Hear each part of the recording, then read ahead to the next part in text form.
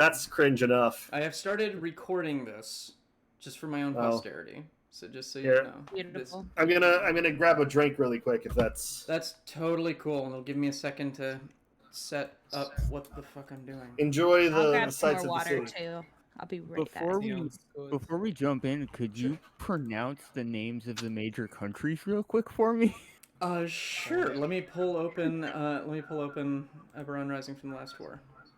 Eberron's complicated with its naming conventions, so I don't want to. Are there any specifically that you want to know? Siri, Seer. I use Sire. Sire? Sire. Okay. And Sirens. I'll be right back. All right. Cool. That's a big one. Yeah, I mean, the other ones are all pretty straightforward, honestly. That was the one I was most curious Yeah, about. yeah, we were talking about that when we were doing our Eberron game. How to pronounce that. I read Sire. Okay. Like it's because like it's either Sire or it's Seer or it's. Those are the only two that make sense to me, and I like Sire better. Yeah, Sire sounds cool, and Sirens, like, who doesn't want to be called a siren? Oh wait, are we starting in Sire? No, we're starting in Sharn. Okay, I was gonna say because Sire should be. It is not destroyed yet. Oh, so this is before Ilya fucks everything one shot up. that takes place before Ilya fucks everything up. Ah, cool. James, I miss that boy so much. I miss him. I honestly do too.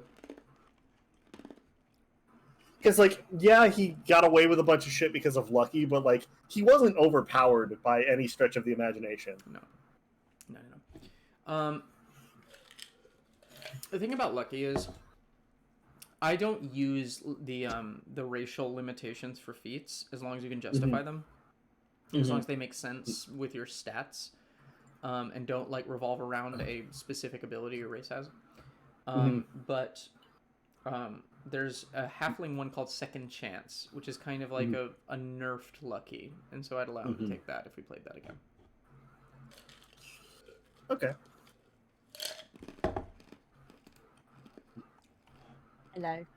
Hello. Also, apologies. I just realized I think the professor is gonna have like an English accent, so this is gonna be interesting. It's okay. Totally fine. We'll see how it goes. Helena, I'm gonna be doing every accent ever. Oh yeah, that's true. So, and none of they may not be good. My general rule of thumb for my accents that I'm using for this campaign, general, like it's whatever because it's a fun role playing game, but generally I think of Brailish as British, so that makes amazing, sense perfect.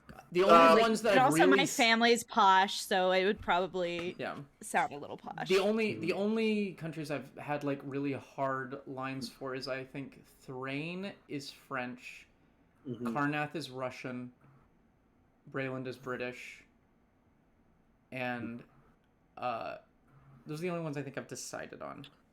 What's his name from We're talking about accents. Thrain? Thrain? Yeah, was the train dude from Thrain? What?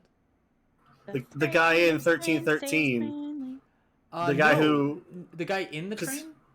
No, not Norin. the spooky... Norin. I can say so, sure. I just gave him an accent. Again, these are just guidelines.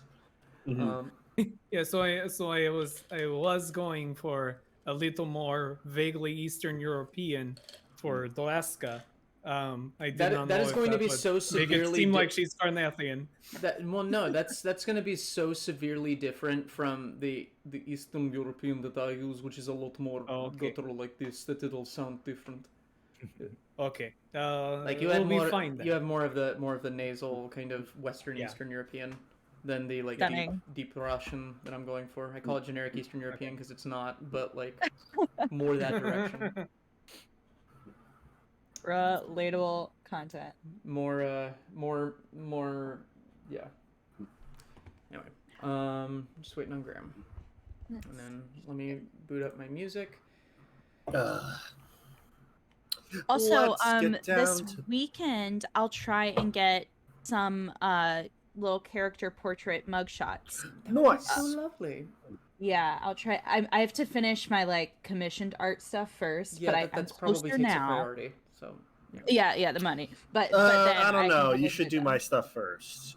Listen.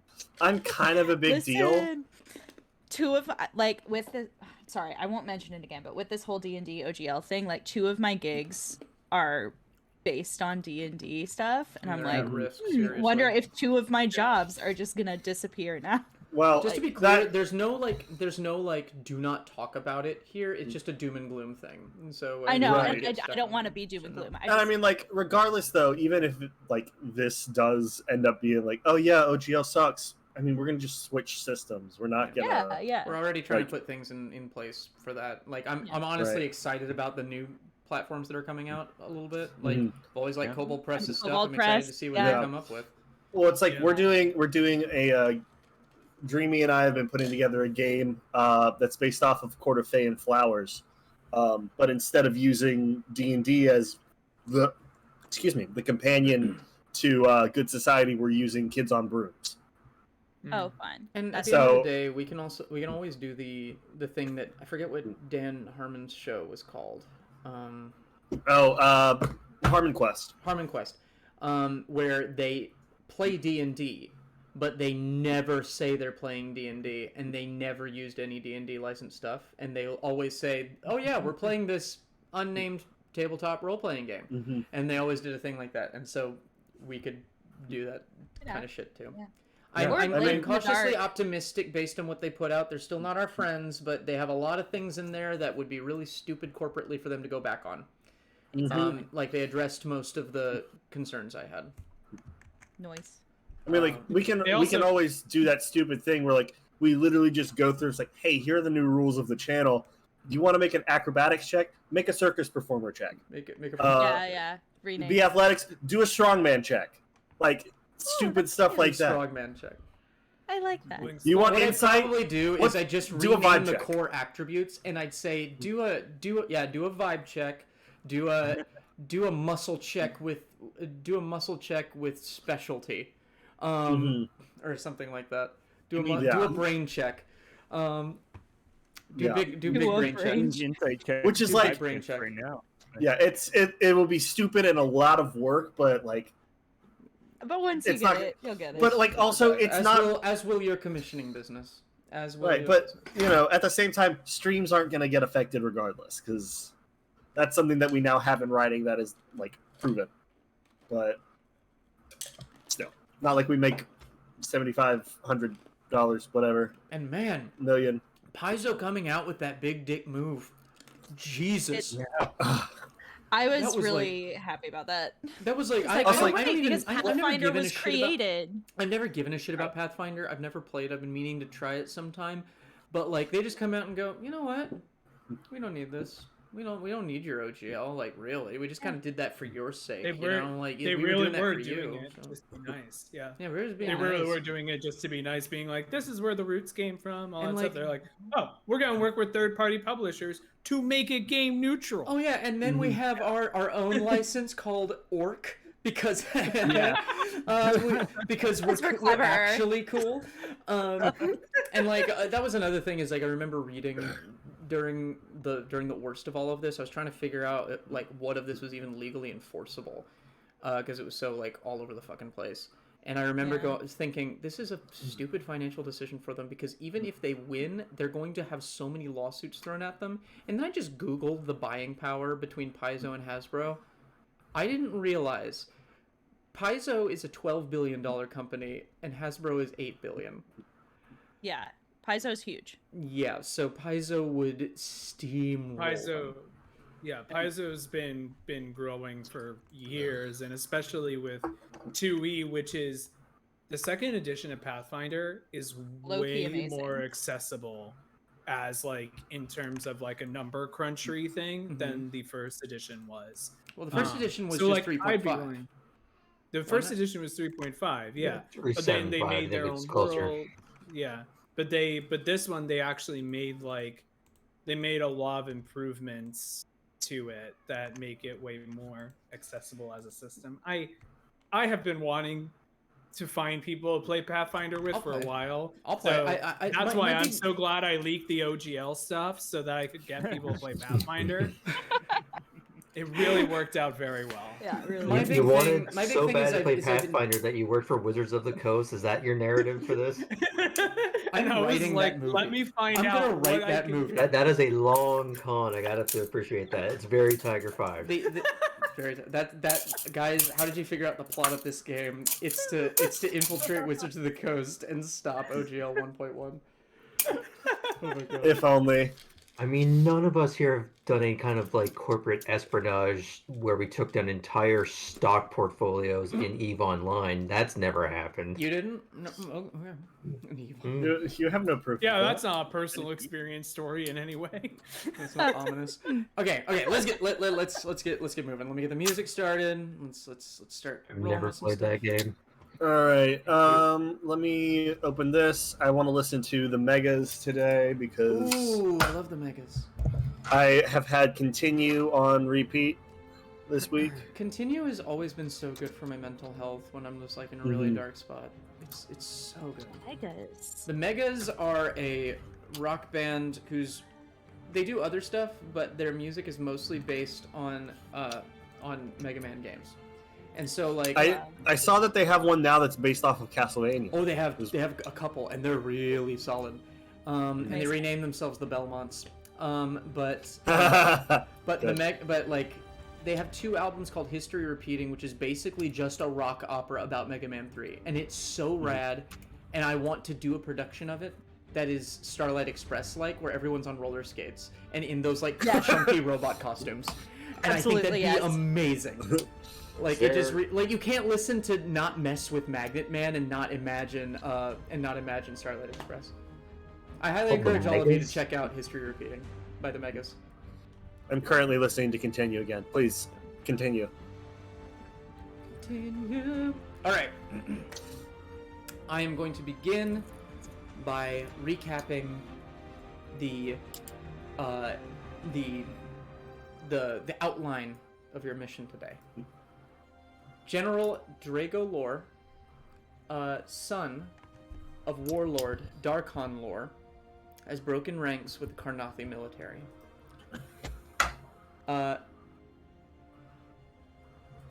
Actually, shit, this is the wrong one. This is later draft.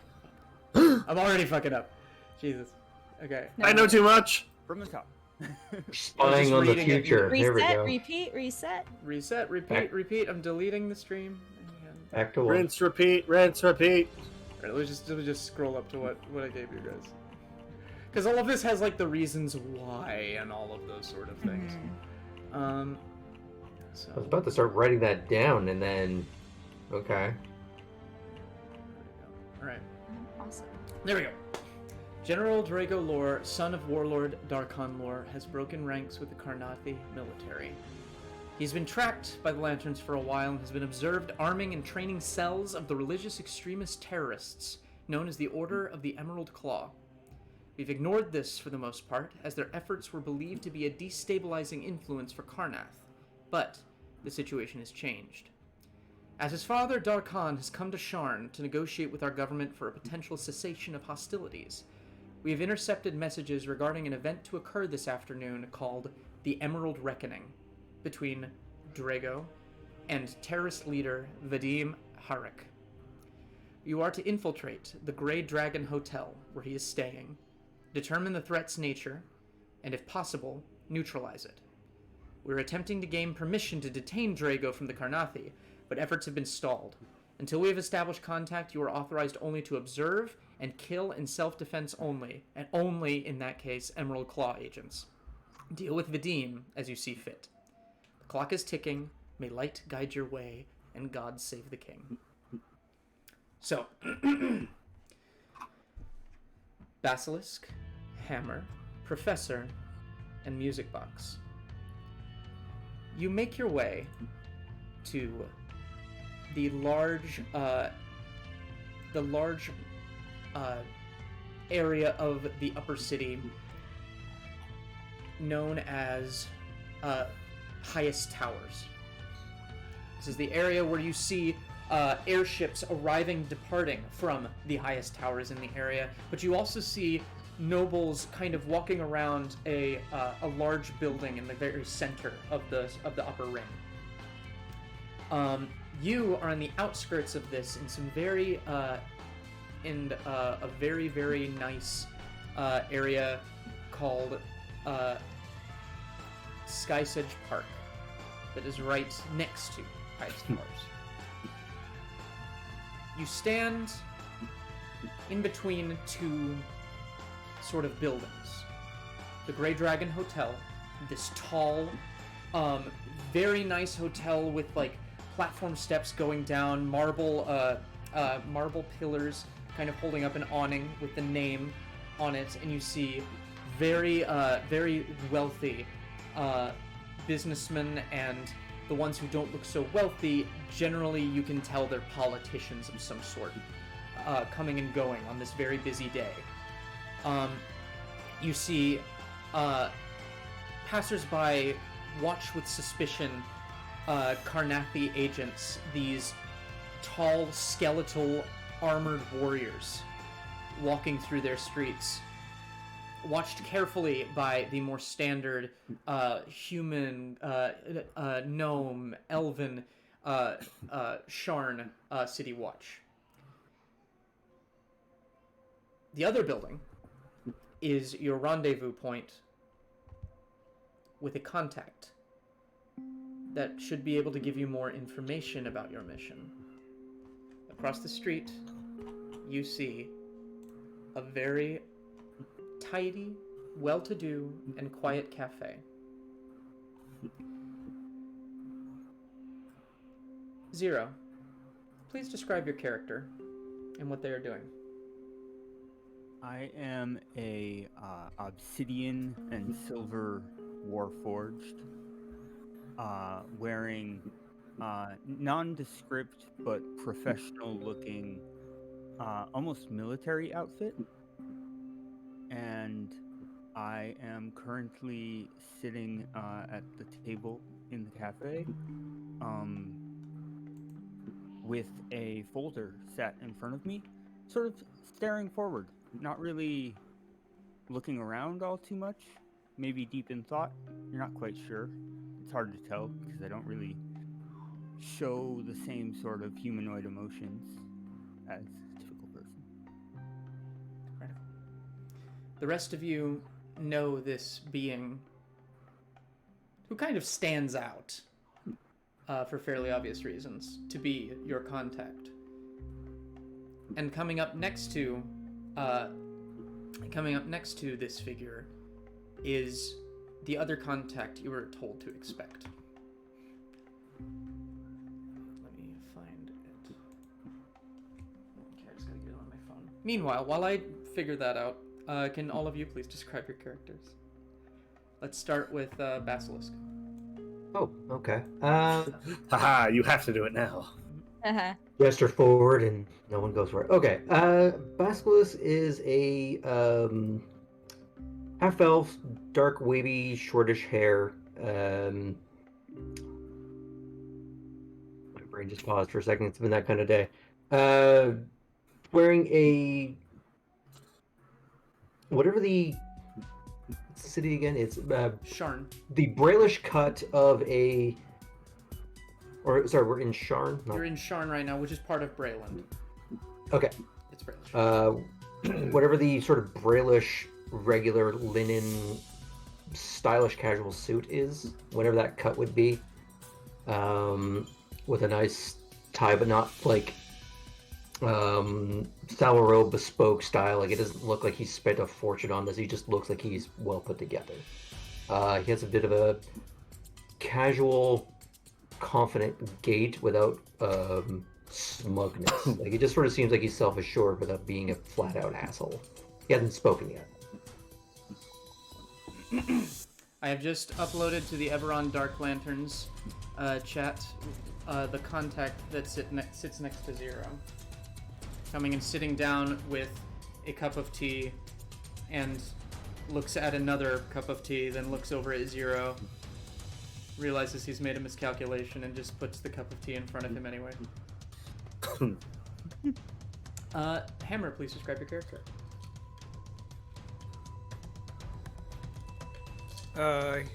Hammer is a 6'2" tall human. Currently, what you see is that she is in a tan trench coat and has a tan, what may be described as a detective's hat. And then you'll also notice that she has wraps on her hands. I'm going to close the door to make sure my mic isn't bleeding out to Helena's. Oh, I'm sorry. I think I. How We live dare together. you? What? Crazy. I know. The church will never accept this. Okay, I think now I can be heard without. Yeah, All right. all good. Yes. So she is. So she there. I put it in the chat. I don't know how much we want to make references to outside characters, but if someone on Earth were to think about Carmen Sandiego, it would be that, but with short hair.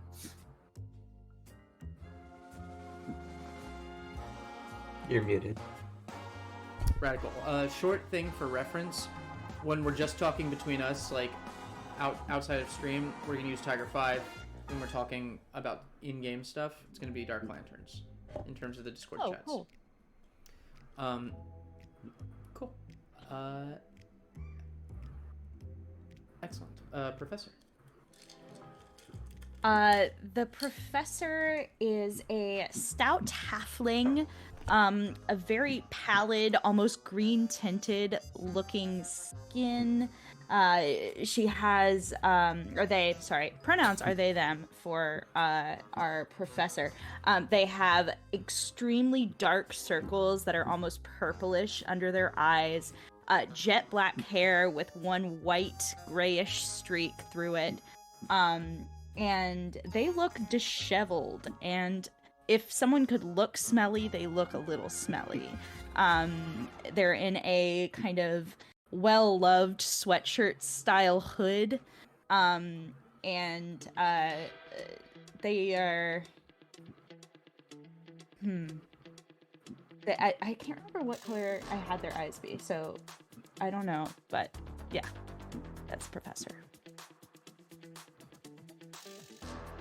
Not very confident, I will say. They do kind of have a hunch to them, and usually are doing something with their hands. Just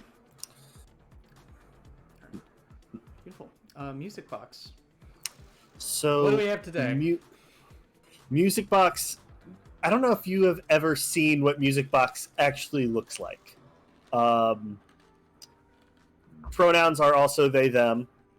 Currently, you can see long gray hair wrapped tightly in a bun, with a very lean, warm-looking face, very kind hazel eyes, and you can see there are a lot of wrinkles on this feminine face, and a sword mark that has that reaches from the bottom of the right cheekbone and all the way down to her lips and across to the other side of her chin. But right now, she is in the form of a middle-aged woman who has just let her hair fully gray. Shifter woman. Right. And that is everybody. All right. So you see the lithe black dragonborn kind of sit down next to Zero. He has not made eye contact with any of you yet, but he looks over towards you, Zero, and goes, "Heads up, we have our I believe we have our contacts." Yes. Okay. Sorry, I'm quite nervous. It's all right. That's why I'm here. You know what to do, right? You have the information. Oh, of course. I can function as I was built. I can achieve the task before me. Zero, you understand that life is not about functioning, it's about thriving, right? Well, certainly. Yes. I want you to work on that. What are the rest of you doing as you witness this? You don't hear the conversation from where you are, I don't believe, unless any of you have a passive perception above. I'm gonna make the first roll. About 27. It just so happens. No. How did In you a couple know? levels, it could be. Give it time. No. We recognize them, correct? Based on the descriptions, you were told to look for a black dragonborn who you did have an image of because you have probably heard of this black dragonborn. His name is Sepher Black, and he's one of the greatest. He's talked about basically like he's one of the greatest agents who ever lived. And you were told to look for him and a obsidian warforged, and they're stick out like a sore thumb. I will go up to the table and place my hand down and say, "Now, I was told that someone in this bar could tell me where I could get pearls fresh from the clan. Basically speaking, thieves' cant of, are you my contact? Do you have the information I need?" Not here, but they have an oyster bar. Could you perhaps direct me in that direction? No, that was the past. Sit down. No, I know. It's continuous. That's what he says. That's what he says. That's actually what he says. I will sit down. Hi. What, are the rest of your friends just going to stand over there? Draska is waiting for everyone else to sit down while she basically clocks anyone else sitting at tables to see if anyone's listening. Now, before the rest of my friends approach, what is the difficulty of this mission that you are bequeathing unto us? Someone of your stature, of course. We're all agents. I simply have more notches on my belt, I suppose. I can't tell you how easy or difficult it is. I just know that it's vital that it be accomplished. Zero here has information detailing what the Emerald Claw and Commander Lore have acquired and are planning on bringing into the same room in a hotel in one of the most politically important districts in the country. If you would, Zero. Yes. Hello, everyone. I'm Zero. I will kind of signal for people to start making their way to the table. So, sorry, this is a cafe or a bar? I kind of lost. It's a cafe. You've got a kind of quiet table in a fenced-in area. You notice that the entire front outside section is completely empty. No servers are even out here. But the inside is bustling. You get the sense that there has been some sort of closure of this area. So, what I would have done is somewhat if Music Box went to go verify the contacts, I went to go inside under the guise of getting drinks and scoping out, while I scope out the people there just to take, the vibe check as we discussed earlier, and come back out and see if Music Box has sat down or has left. Okay, So, you go inside and you're casing the restaurant, essentially. Yes. Just kind of getting a vibe check. Give me a perception check. So I'm going to put in the chat the current look of Music Box. Thank you. 21, and I'm making sure I don't add anything else there because of shenanigans. A 21 will be enough to garner everything you're going to garner. Okay. Most of the people here seem to be well-to-do people from lower rungs that have maneuvered up here. It's probably one of the nicest cafes in the area. No, it's quite early in the afternoon, so it's not like a date night sort of thing. but you only see a few like noble like politicians kind of mingling in with everything that you can tell are generally politicians. You do see military officers kind of at tables next to the door, but they're Brailish. They kind of regard you for a second as if they recognize you, but then kind of go back to their business.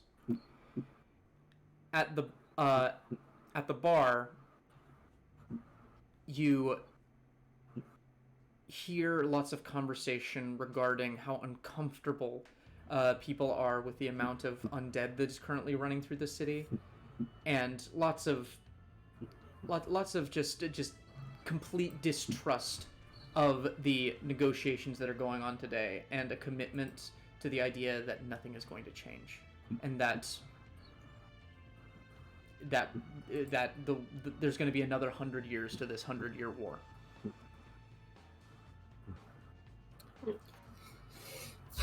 Well, I think that is all well and good, but what exactly shall we be doing about this? I'll sit down with a tray of copies and one of those like paper serving tray things. I'm here because I have information from a very reliable inside source in House Canis that a large number of chemical compounds have been sold to the Karnathi alongside a quite dangerous and unstable dragon shard. I see. Do you know the properties of said chemicals? These documents should detail everything. I hand you a folder.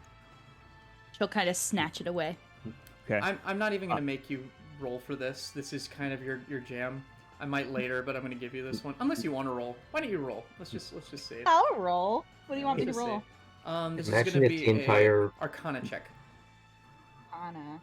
Imagine if It's- the That entire is a prologue hinges on her 25. making this. That's what I thought. Yeah. Yeah, on a 1, it's a cookbook. on a 20, yummy. it's people. Technically. Anyway, I'm sorry, my mouse disappears when I go over here for some reason. Okay. So the documents are quite long and wordy and redacted in several places, but what does pop out to you is that the dragon shard is large, unstable, it resonates with necromantic magic, and the chemical compounds are mostly various types of oxidizing agents and huge quantities of phosphorus. Do I need to tell you what that might mean? Yes, for Helena's sake. Yeah, when phosphorus comes into contact with oxidizing agents, it explodes. Basically, It's a bomb! basically a bomb and big thing with necromantic magic. Oh, so they're gonna kill everyone and make zombies or something. That is one hypothesis. I should think that they would be a little smarter than that. Well, I think, What makes you? What makes you? I'm taking your accent now. What makes you think that? What makes you think they'd be smarter than that? What makes you think it's not? I don't know. I feel like it's a bit on the nose. I mean, clearly this is some sort of bomb situation, but what the necromantic magic is going to be used for, I can't predict it. You do make a good point because rather than raising the undead, it could simply siphon the life from a large quantity of people. that is very true. That is definitely a worry. Now, It could also be a diversion. yeah. Yes, For what? that would cause, well, to put a bomb in place. While they go and do something we weren't looking for, weren't expecting. Well, the greatest targets in the current area is this meeting. And if something were to happen at this peace accord, things could not only go poorly, they could spiral into a battle that spreads blood throughout the streets of Sharn. You've seen the amount of soldiers walking around. So, I'd say that any hypothesis going forward is just conjecture, and what would be more important would be to stop inferring and start discovering. I am going to attempt to find any Emerald Claw agents in the city. You're all familiar with the Emerald Claw, are you not? Yes. Excellent. Why don't you just give me a quick rundown? Just for those of us who don't know what you're talking about. Let's just pretend there's some people that might not. So Imagine this is the first time that we've met today. That, we don't know each other, and I'm an idiot. Please, explain it to me that way. So the Emerald Claw, this is James talking. The Emerald Claw is a organization that used to be well regarded in Karrnath. They're basically a cult dedicated to a lich who is the last member of House Vol, which was the house of the Mark of Death, which is now extinct. But they are ardent worshippers of this dead dragon mark, and they were the ones who kind of put all these undead in the Karrnathi military. In the past couple of years, the new king of Karrnath has been pulling back hard on the undead in the streets sort of thing, and has outlawed the Emerald Claw. And so they've become a terrorist organization that fights guerrilla warfare in the streets of Karrnath, and everywhere else is basically looking to find a way to revive House Vol. That's their big thing.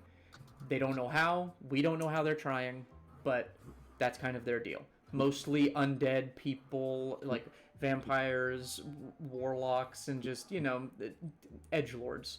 Lot of edgelord terrorists, essentially. They are pretty easy to identify in most other scenarios, based on the fact that they're probably the only undead in the place, and they usually can be spotted wearing some sort of green patch that's a claw with an eye in the middle of it. Oh, cool. But yeah. So yeah, do we know where these Karrnath and the Dean are staying in Grey Dragon?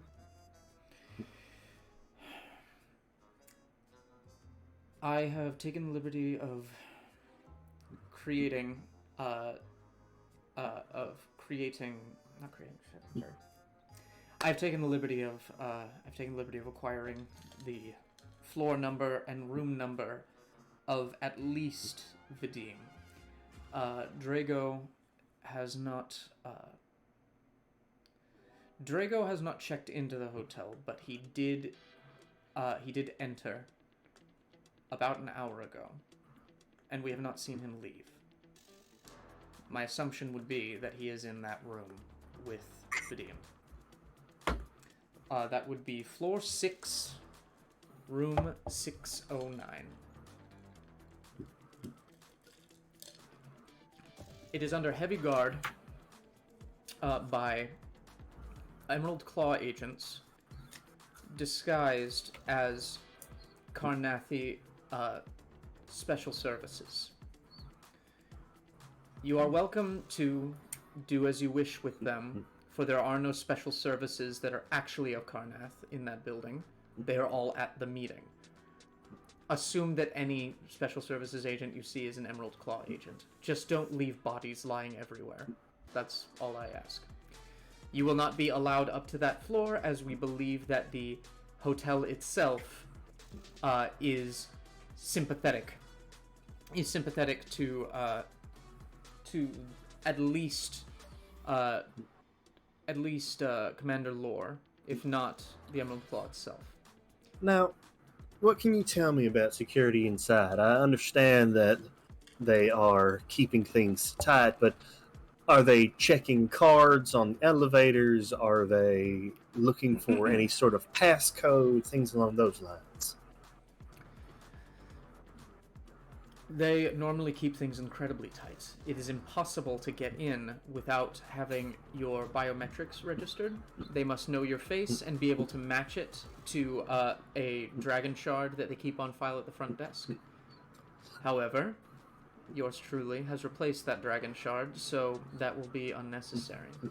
Especially Well, I think, if... regardless, I can make it past that. I meant more of unobtainable information as far as a ever-changing passcode or a key card, things along those lines.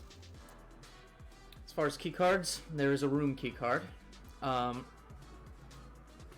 And it is quite likely there's very few copies of it. However, I imagine that you could try and find a master key card in one of the hotel offices. I can imagine just breaking down a door. You have several options to get into that room. The thing that I might recommend is you have several options in regards to freely obtaining information. If you are able to pass yourselves off as members of House Galandar, the House of Hospitality, then you may be able to go wherever you want. But that would require you to wear their dragon mark and not make much of a fuss. But for one such as yourself, I'll say Miss for now, Music Box. I imagine that wouldn't be too much of a problem. Not at all. The rest of you are going to have to figure out a way to get in behind your friend here. They've kind of got a little bit of an advantage. But I imagine you will all need to work together if you are to make it past the guards on the 6th floor. How tall is building? The floor has the hotel has 7 floors. I go in through roof. Don't worry about me. The penthouse is not currently occupied, strangely enough, so that might be a good option. We get good hotel stay in penthouse, and we get mission done. Fair enough. Anyway, is there any other questions? Always pose as the property of whomever is leading the charge, whoever looks the wealthiest. Now, that won't be much of an issue. I think we can make that happen quite easily. Okay. Now, do we know anyone in particular who is of high social standing within this group? Which group? The current occupying force. Forgive me, I cannot place the name. Emerald Claw? Yes. Carnathy Military? The Emerald Claw. It's a rather disorganized organization, which is kind of funny when I put it that way. It's a disorganization. So, the only people really of any rank would be Vadim himself. And really, he's more of a cell leader, and the rest are just kind of thugs, hired mercenaries, and cultists. There's really no hierarchy there except for him. Do we perhaps know what he looks like? We do, and I can. And he's gonna push it. He's gonna push a picture across the desk. And by that I mean pull out an iPhone and find it. Mm-hmm. I mean, I assume in a world like Eberron, a lot of people might have access to either the cantrip miner image or have an item that allows them to have that sort of like iPhone show the hologram of a target kind of deal. Yeah, that's what he's. Yeah, that's what he's magical doing. tinkering. Yeah. Maybe. Yeah, I haven't cut this image, but that's okay because I'm stealing an artist's work just because I like it, and so he's got his stuff on it and who that character really is. So just ignore that. And we're putting all this stuff in Dark Lanterns, not in Tiger 5, correct? I'm gonna put this one in Tiger 5 because I don't want to publish his work. Got it. Right now until I figure out something else. And I just really so love this I'm guy's clear. art so much. I want to give him to commission something for me.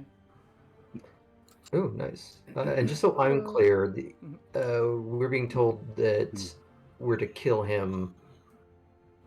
You can deal with him as you But- see fit. Killing him would be Okay. a benefit to the world, but it might also cause complications for you.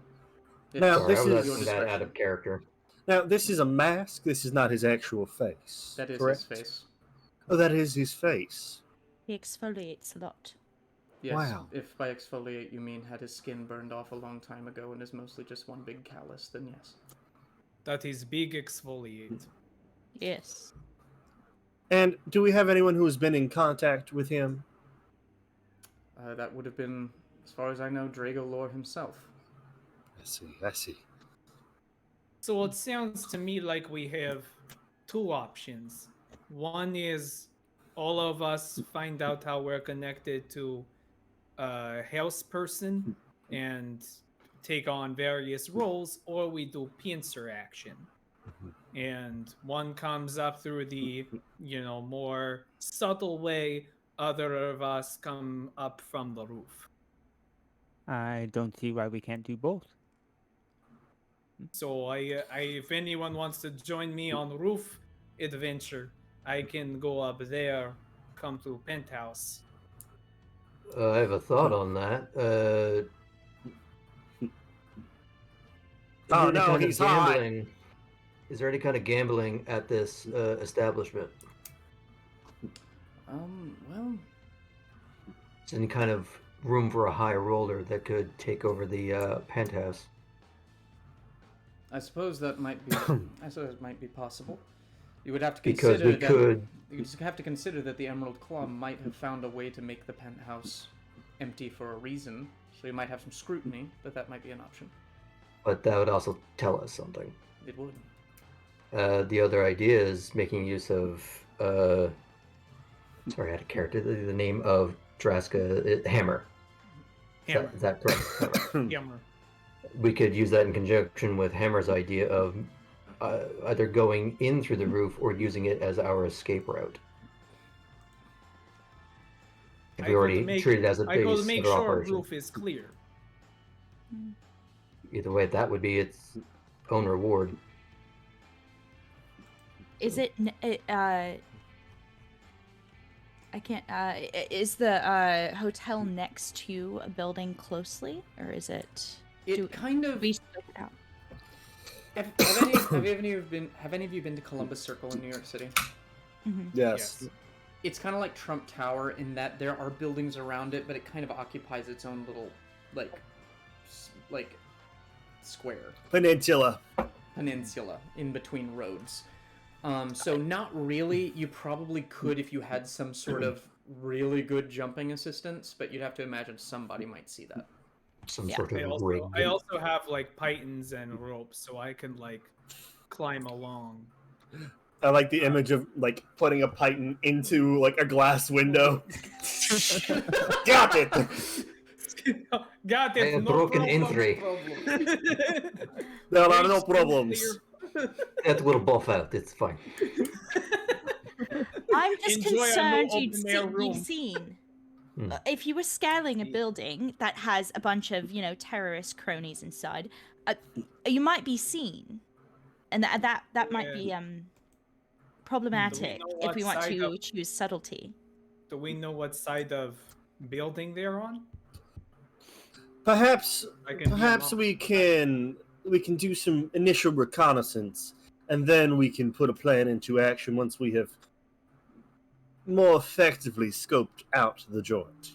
I like that idea. I think if there is in fact gambling in this establishment, I think potentially offering ourselves as high rollers, so to speak, might not be a bad idea. I think Basilisk and I can handle that facade quite well. We I can could get be bodyguard. that as well. And I think, Professor, that leaves you. How would you like us to move about with your discretion in mind? Professor, like, their eyes are just like very, very wide, and they like look down at their like threadbare little hoodie. Well, I could pose as a caterer or something. I could get access to perhaps a kitchen area. I might fit in a little better there, and there would be many vessels in which to put many chemicals. Wonderful, wonderful. If you need a disguise, please let me know. I would be more than happy to provide one I for must you. say, I'm rather impressed. It stands to reason that while it may agitate them very much to have such a loud force enter the building, that disarray could work to your advantage, and it would force them to move quicker and move messier. And that might be able to allow you to acquire some more information. Perhaps. Well, sometimes when you go into a crowded building and yell fire, people reveal their intentions.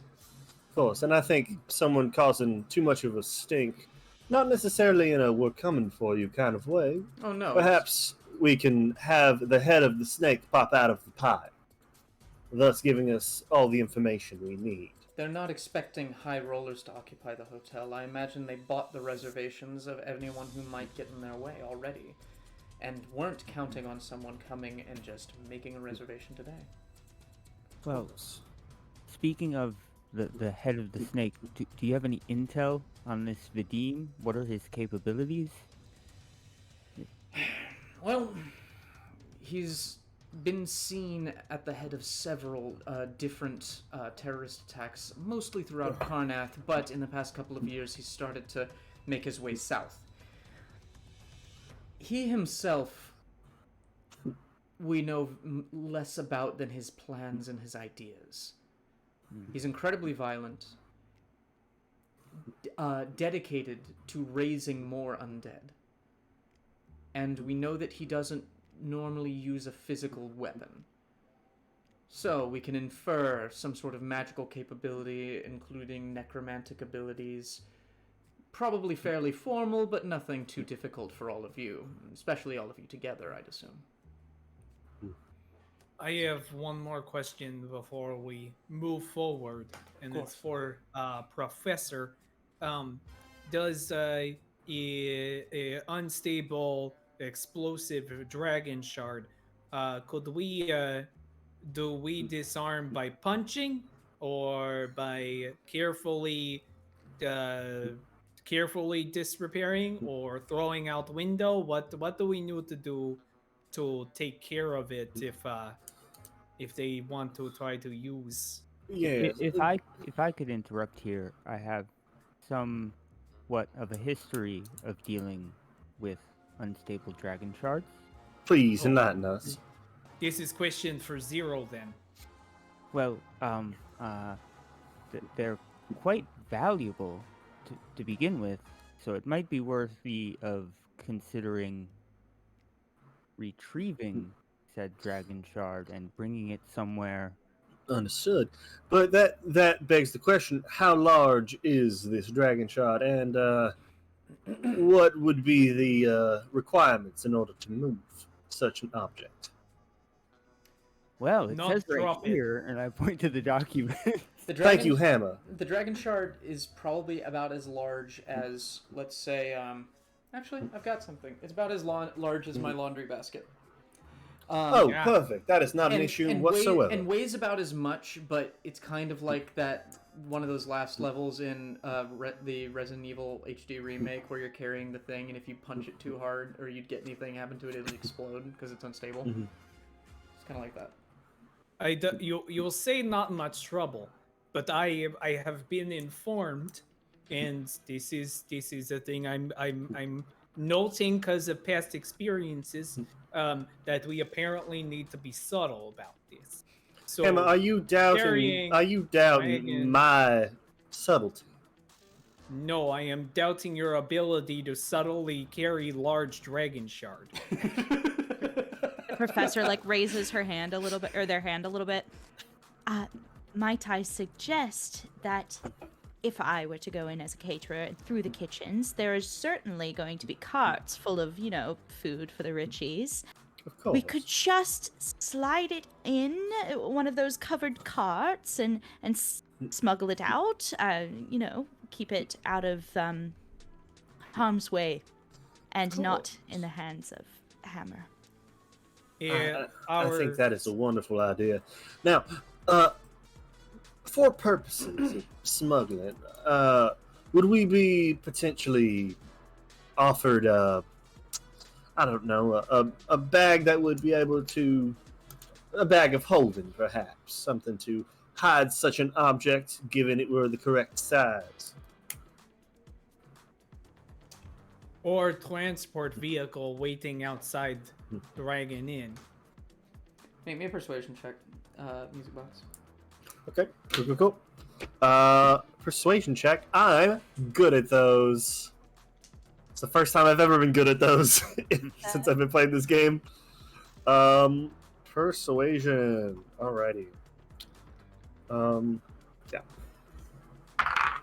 That is going to be a 24. Sepher just kind of looks at you and he goes, "Do you have confidence you can get this done?" I have the most confidence, sir. I think given our resources, a little bag wouldn't be too much to give a girl, now would it? He reaches into his pocket and pulls out a little wallet, slides it across the table, and says, "That'll open up to 20 times its size. You are an angel." I want it back." Oh, of course. I have no plans to take you. I will talk about this when we are inside. It's all good. No, I feel like you should say something now. It's better to plan ahead. I'm just saying we have way of getting rid of bodies as well. Would you like to If explain it's that? 20 times size, just put body in. Now, I must ask, is this an extra dimensional space inside of this this bag, or is it just something that unfolds? It's an extra dimensional space. It's a wallet of holding. Wonderful, wonderful. Just so Now, you're aware, that idea, while not terrible, a bunch of bodies jostling around in there with an unstable dragon shard. No, While in a demi-plane, I don't know if it'll actually affect you. Opening it back up could release whatever necromantic energies are in there, and so I'd say that's dangerous. Of course, I would say going in, just not an option going out. Of course, I would say that it is So definitely take out something. Yes, beforehand. definitely something we save specifically for the shard. I'm going to Speaking of which, grab that and just put it in my pocket. if it becomes necessary to do away with the device because it is about to reach critical, you just said it could potentially be okay on the other side of that. Is that something that could this? Sorry, the player's brain is breaking today. It's been a long one. You good, Man, I get it. The first whole part of this conversation, I was like, I have no idea what's happening, Yeah. and then I just, clicked it. Does the portable hole or bag of holding, it won't explode where we're at, but we just can't open it afterwards, if that happens? Is That's that my assumption. my I don't understanding? know much about those sort of things. Professor might know a bit more about that. It just might be a good know backup in anything case we about need to punt it away before it levels the Of city. course, of course. Zero and Professor, make me Arcana checks. Is a 24. I got Nice. 14. Nice. Okay, 24. Zero, you don't know the answer to that. You feel like you're missing something. But it's not computing. Professor, two things occur to you. One, he is correct in that while it would explode in there, it would ruin anything that's in there, and upon opening, you're not sure if this is the case, but say if it were like, I don't know, a cloud kill or something like that, then the cloud would be released. And it would be bad. So no, we send the Ark of the explain- Covenant over to my to God. Karnath. That's an option. No, that is explain a only simple if it that version is. of over. potential energy. Now that is only if it is jostled around too much. Correct. It's only Or if we the shard throw it in explodes. if it's about or if Wonderful. it looks like it's about to explode, so we throw it in order to it explodes somewhere not in this dimension. Of course. Of Then you course. never open wallet again, and you bury it deep within ground and hope no one finds it. Now, I would For the prefer that we wrath don't of get to that point. Oh yes, last ditch effort. Zephyr wants his wallet back, so Of course. that is Now, if I let this wonderful man's wallet explode because of Before my you continue, incompetence. there was a second point I wanted to make. Oh, sorry. Oh well. From those okay, from never those mind. from those documents, you could infer that both the shard and the chemicals are dangerous on their own, and together they're even more dangerous. But you could reduce the destructive power by orders of magnitude, say, going from destroying a city block to destroying a city by removing those two compounds from each other. Oh, okay. Sorry. So maybe we The split. downgrade is from city to city block, right? Yes. Okay. I just No. On their own, they'll level a city block. Together, Now they'll then- level a city. no level. Got it. Now we know. Sorry, you may have to remind me, but are both the shard and the chemicals being kept in the same location? We do not know where either are kept. But we All know. we know is that Vadim is here, essentially, and that and he looks over, and he watches a whole bunch of carts kind of pull up, and out of one he watches someone get out, and you catch his eye as well because he's been focused on you this whole time, and he goes, looks like our company has arrived. And as you look over, you do see Drago Lore with several green-clad men stepping out of the cart and walking into the hotel. If we move now, we could possibly get to Dean before Drago, because we're not allowed to do anything to Drago until we get clear. But we can take care of Dean before Drago even arrives. Okay, well, I do have this, and I pull open my right sleeve, and a small little Warforged weasel crawls out onto the table. This is Wilson. That is terrifying. He's That technically a is- part of me, and I can see through his eyes. That is definitely something. Oh, what is his name? Wilson. Wilson the Weasel. Wilson the Warforged weasel. Yes. WWW.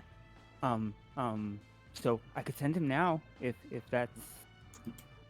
He's a bit obvious if someone sees him, but he's good at hiding. So Ooh. If he hides in someone's bag, one of the ones that is currently moving forward, that could be useful. I propose he may travel with me, as unnatural and strange as I seem to find him. I think that's fine. Oh, I meant in Karnathi bags, because then we have eyes inside the room. Oh yes, but we must get him into those bags first. We must get him right. past the threshold. Yes. If a I will- Warforged weasel just started running across the street, I think everyone would be a little bit concerned. Well, this is Sharn. I feel like people would have seen more magical things. And at this moment, like, you see this rail of lightning light up ahead of you, and this giant just metal tube just past your head. He just picks I have up no his... idea what you mean by that. Okay. You watch a man fall from a higher platform screaming and going, ah! And then like zoom, he's caught midair, and then a wizard sets him down. This I'm is just very saying it strange. might not be weirdest thing ever. It might not, but I do think when it comes to a high security hotel, a robotic weasel will not be something that they let in through the front door. That's And- a Okay. decent point. And it seems our window of opportunity here is rapidly closing, so I think. Listen, I say go for it. I would suggest you get on the move. I'm going to try and make contact with agents of Karnath because they are also looking into this matter. And I'm going to try and establish communication with their warlords and see if assassination is on the table. So be ready to take some lives, friends. Wonderful. Now, I think we should go ahead with our plan as far as infiltrating as high rollers. Does anybody need a disguise? Yeah, no, I got this guy's for bodyguard. And she takes off her hat and takes off her trench coat, and you just see like leather bound tank top, muscles for days on her arms, and she's like, I am ready to be bodyguard. Don't you worry. Safe word is Brussels sprouts. Brussels sprouts it is, my dear. Now, Basilisk, darling, are you going to be dressing like that, or would you like a suit? He's already wearing a suit. Would you like a better suit? You look musty. You look musty. Would you like Really? an Because the actual way I suit? described it is that it was a nice suit, and now you're just being a dick. Perhaps I am. But is it I mean, I wouldn't Armoni? mind a nice dark suit with a gold pinstripe if you can find it. Is it Versace? Yeah. Well, I can get you a suit It's where it's Arman. not difficult to Arman. find the gold pin stripes. More importantly, I need to contact the powers that be in order to facilitate this high roller. So if you give me a moment, I'd like to go make a call. Well, of course, I didn't know you were the religious type. I don't They're all think afraid he's of something. religious. I think he actually knows someone. I was being facetious, but I Are you appreciate. contacting T? Yeah, he's gonna step away, and then he'll do the Kodak long distance call collect. Alrighty. Yes, what is it? I need to facilitate a high expense. How high We may be expense? going in. We may need to go in as high rollers, either to outright rent a penthouse or to bet and or lose a fair amount at the tables in order to make our cover. You can't just break a window or something. All right, Possibly. fine. Listen, I listen. suggested this. All right, listen. Are Just you win, talking to all that right? slippery it's fine, John it's fine, again? It's fine. It's a methodology of hiding in audacity. That is actually quite brilliant. All right, so we'll forward you the money. Just use the black card we gave you. You must document all these earnings and know that I will be reading every single thing you buy today. We've already had to spend millions and millions of gold on various other operations throughout the city. Now, This will if you'll just be a drop in the bucket of that. now, Better be. if you all will excuse me, I'm gonna go Anything make else? a change. Perhaps, do you have any servant's attire? I think this uniform of mine. Good. If that's nothing else, good luck, friends. Yeah. And he shuts Yeah. the connection. Sorry to interrupt you, James. No, Sorry, it's kind okay, of it's just flowed out. My friend, I always have servant's attire on me. What are your sizes? This size, medium. medium. Child's large. He lists his specs. That's the exact measure. 132 You're like to the decibel. 132.75 centimeters. I don't know. From shoulder to shoulder, I'm 54.3 centimeters. I only Wonderful. use X wrenches. All right. I'm All right, three so you're weasels 54. tall. 3 weasels. All right. Okay, so she will excuse herself from the table and walk into the restroom. And after a few minutes, you see a very like Jessica Rabbit-esque, like red hair, thin frame, almost like unrealistic. But like the hair is actually like double braided, with like really like vibrant blue eyes. And she comes out and she presents a servant's garment to you, and she goes, "I didn't have anything." No, actually, she goes, "No, I didn't have anything 3 weasels tall. They had 2 weasels and a fresh spring hair size. Now, I hope that's not a problem for you." I think that should be fine. Wonderful. And for you all, for future reference, yes, Hammer Hammer. is raising his hand. Yes, Hammer. Can I help sorry, you? This is usually my out of character Oh question. yeah, Um, I will try and get to raising hands, but just jump in as long as it doesn't get too bouncy. If you feel like you can't get in, raise your hand, and I'll get you.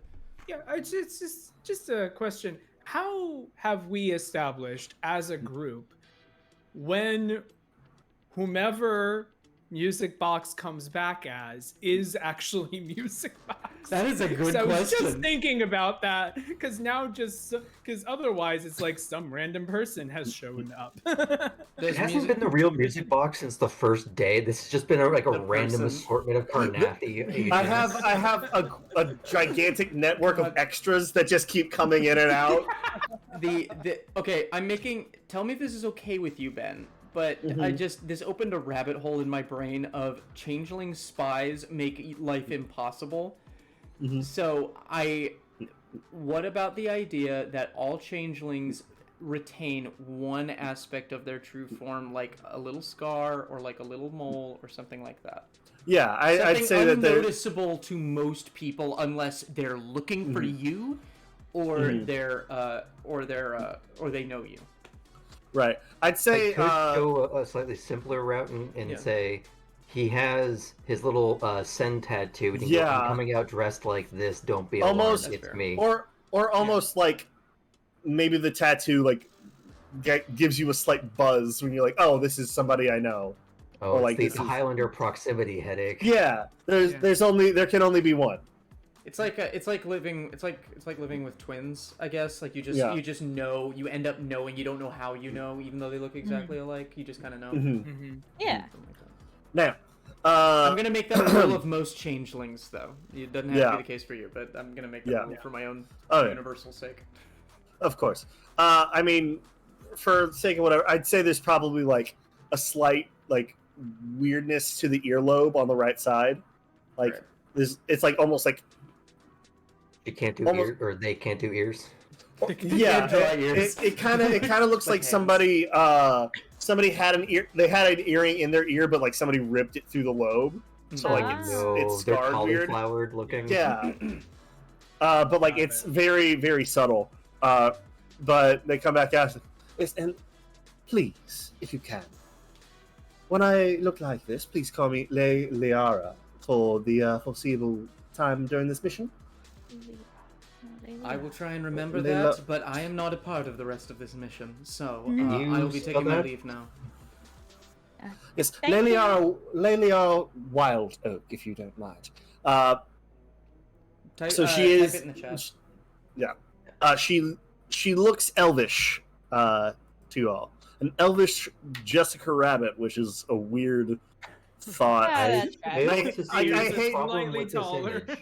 Yeah, I hate that like that's the image that I'm using, but like it's just so stereotypical.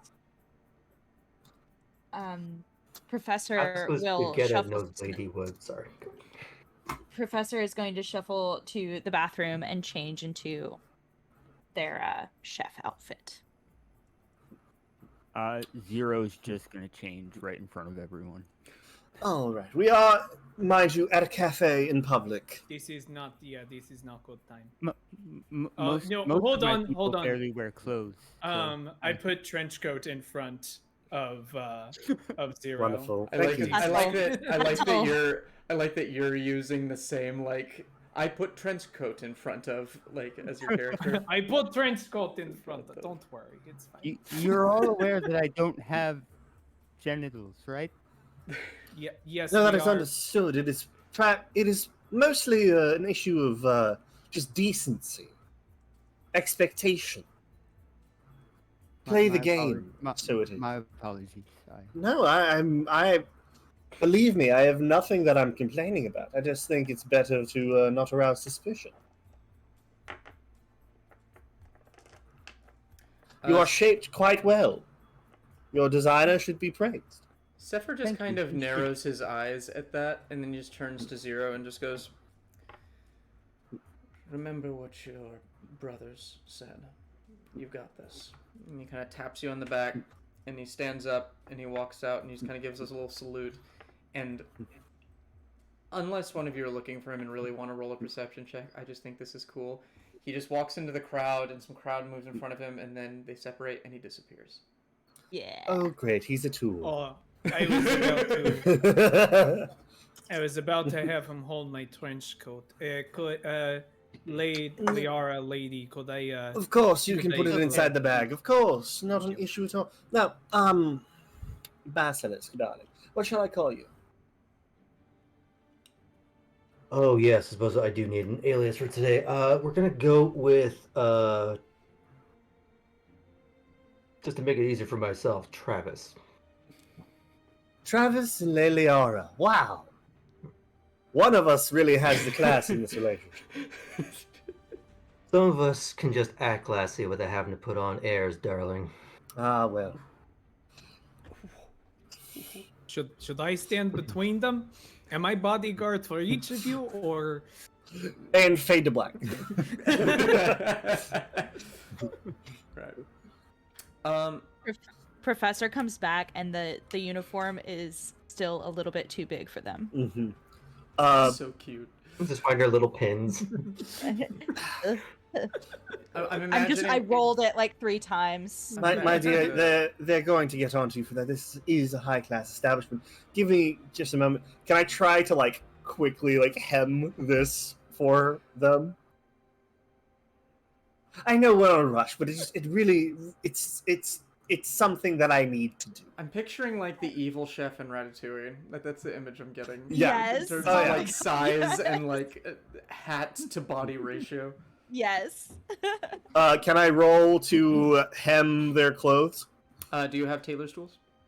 Or sewer's tools or whatever they're called? I mean, I have a disguise kit or something. Can I aid I have- with my own proficiency in a disguise kit? Yeah, can I use my disguise kit proficiency as I would have to do stuff on the fly? Yeah, make me sleight of hand checks with proficiency. Make me a sleight of hand check with proficiency with advantage because Basilisk is stepping in to help. Wonderful. There's two people just all up in your business, Professor. Just hemming. Two As you said. extremely attractive people in very nice clothing. The worst. Professor has childhood flashbacks. All right, that is going to be a 22. All right. It is hemmed to perfection, cinched a little tight, but then it relaxes and you relax into it, and you look like a consummate professional, although very short. Wonderful. And as they always say in the colleges, don't fuck it up. I don't fuck things up. Ever. So. there. Wonderful. Writing that And down. Wonderful you to can- hear. And just boop you on the nose. Never you can fuck call me things up. Basil. Oh no, it's being written down. You can call me Basil, which may be a bit on the nose, but I'm your personal chef, and so I'll go in with you and then go off to the kitchens. Of course. Thank you. And am I accompanying you or Both of Mrs. us. Oak? Well, both of us. You may choose who you wish to buttle, so to speak. Where would I be more useful? Well, I think we will be sitting together, shan't we, darling? Okay then. Speaking to Travis, whatever your name is. Travis, wow, you're really gonna pull a what was it, Delicio with me? You're gonna do that shit? You really want to start this? Okay. Trample Scrump? Yeah, why don't for ease we say Basil is a Wild Oak's servant and Zero you'll be Travis's servant. Okay, it is Does that help you? That sounds good, and you can call me Trace. And you could Graham, call I good. actually had just forgotten Travis what you and had said. Trace. That's fantastic. All and right. Hammer, should we call you something other than Hammer? Even though that does sound. No, I think Hammer would be wonderful for this. I am bodyguard. Of course, Hammer. Look, To- with a to body be- like to be this, I need fair, someone to fend I'm things gonna say off. that all of you kind of know this. Hammer is well regarded as a wrestler in several places. Mm, Under So- that name? It's not Hammer, it's Draska. mm. Draska. And so She's known as Draska Fist of Sharn. so she's kind of a big deal. And yet you're a spy. You go, the best you cover infiltrate story into is places. one that's true. Just like Dwayne The Rock Johnson. Well, usually I don't need to, walls are not much of an issue. And what better cover is there than celebrity, really? Well, then why don't we It gives just? you perfect why... opportunity to be in a place that you're not supposed to be by trading on your own status. Of course. Why even worry about being a bodyguard if you're simply a celebrity? Researching a true. role for a play or something. Of course. Or I could just be wanting to stay. I had good winnings. I want to spend them. Of course. We're dear old friends. I think it'd be a wonderful thing. Got it. I will be myself. I think this is wonderful. While there's a slight lull, I want to check in with you guys. I want to finish this one shot, and I want to make sure that we do. I won't take us too late, but is it okay if we run a little over? Just for this Yeah. one. Okay. Thank you. I think we shall strut our stuff over to the hotel. All right. Excellent. You approach the hotel, which is this just... I'm trying to adjust Ben's frame because he's like leaning out of the frame. He's leaning so far. Sorry, I get very like movie when I think. I'm seeing like this. Like, but yeah. Oh, it's great. Go. It's great. He says that, but he doesn't mean it. You make your way over towards the hotel. Mhm. Even as the professionals that you are, you get a little uncomfortable with how close you get to people that you've been doing this long enough that you know these aren't just like soldiers or noble people. They're dirtier, they're meaner, they're undisciplined, they're Emerald Claw.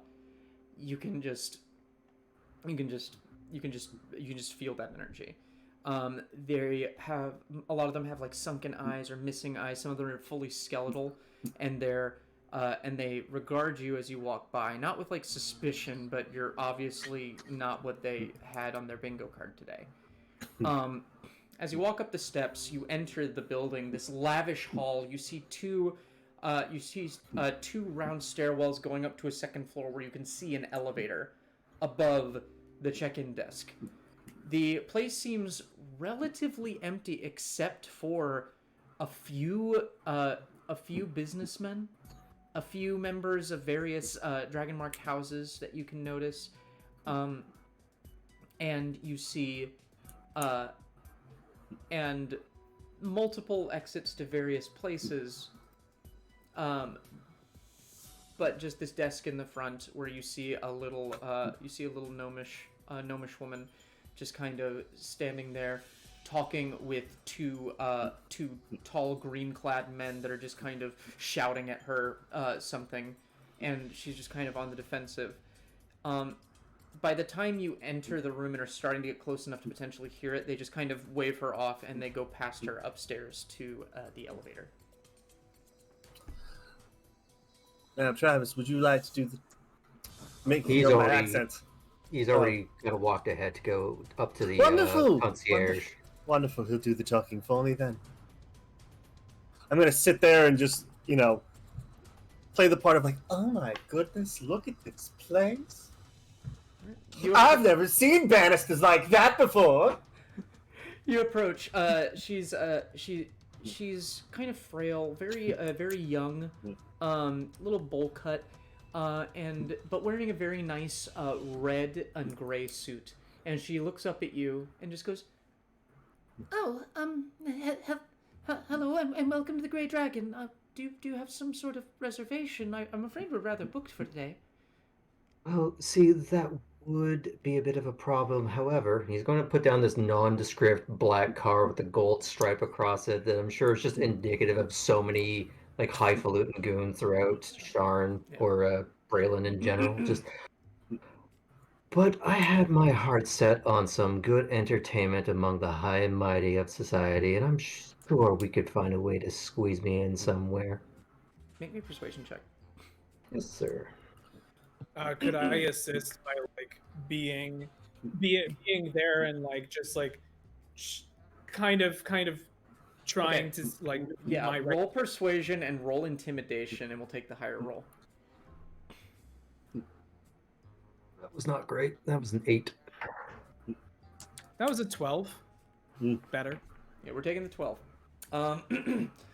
She kind of looks at you and is listening to you, but you get the sense that she's tried to be sweet-talked into room upgrades a lot in her life. And she stops kind of looking at you, and she just kind of drifts over to Draska Hammer, who's just kind of looming, literally probably about... How tall is she? Probably about 3 times her size. She's 6'2". She's 6'2". Yeah, she's literally twice this person's size. And all muscle. And all muscle. You just sort of do like the Johnny Bravo-ing posing in the background, just completely absent-minded. It's Dwayne The Rock Johnson looming over a toddler.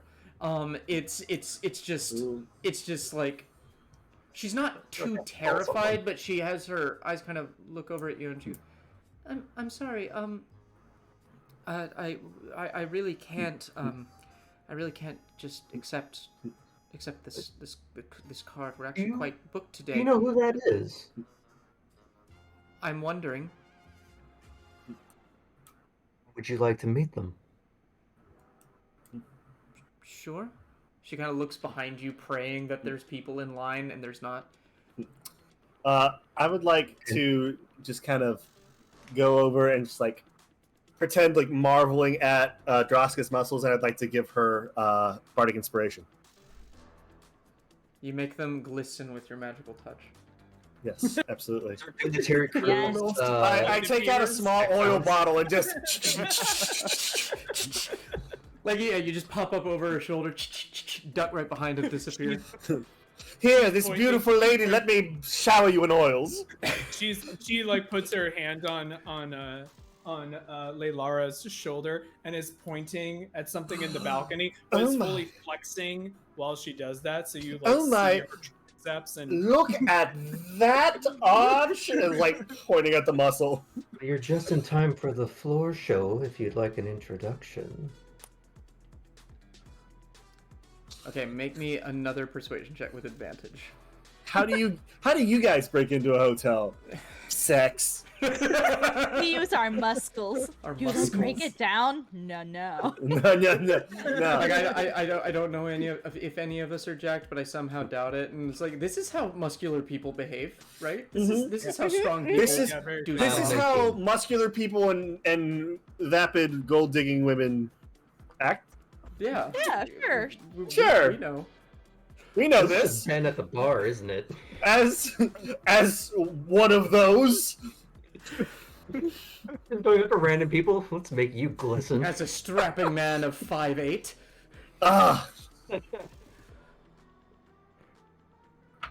Yes, I rolled a 19. 19. Okay, this time she goes, now that you mentioned... Oh my god, are you...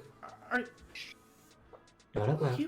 I would like to apologize to everyone. Fist of Sharn?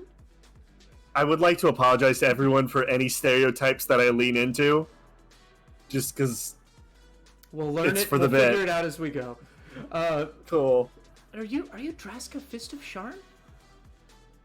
Drasko walks up and just goes, you've seen the fight? I've seen several. Me and my partner watch a lot of UFC. Yes. But I am. No. Let's provide some for entertainment for all of you.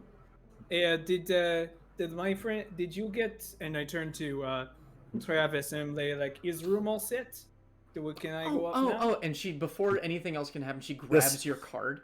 For the three of us. She grabs your card and goes, Ooh. we do have a penthouse available, but we have some very ornery guests up there, so I'd advise going directly to the 7th floor and not stopping. And don't tell them that I let you up there. Don't you we worry. We do have a small banquet hall where I believe you mentioned that you were looking for some entertainment of your own. We do have some people who play some music. We have some small little. It's nothing much, but they have like some blackjack and poker tables. And in fact, I believe we have a dignitary from Karnath in there this evening. But he is also rather ornery, although very, very attractive. But don't tell my partner I said that. Anyway, please enjoy your stay. I have to get to the other guests. And she just looks straight ahead, and there's no one behind you. Yes, no worries. You'll take care of your guests, and we will go straight to 7th floor. I need buy nap for upcoming bout anyway, so I don't want to be disturbed in any capacity nonetheless. But we'll try not to party too hard.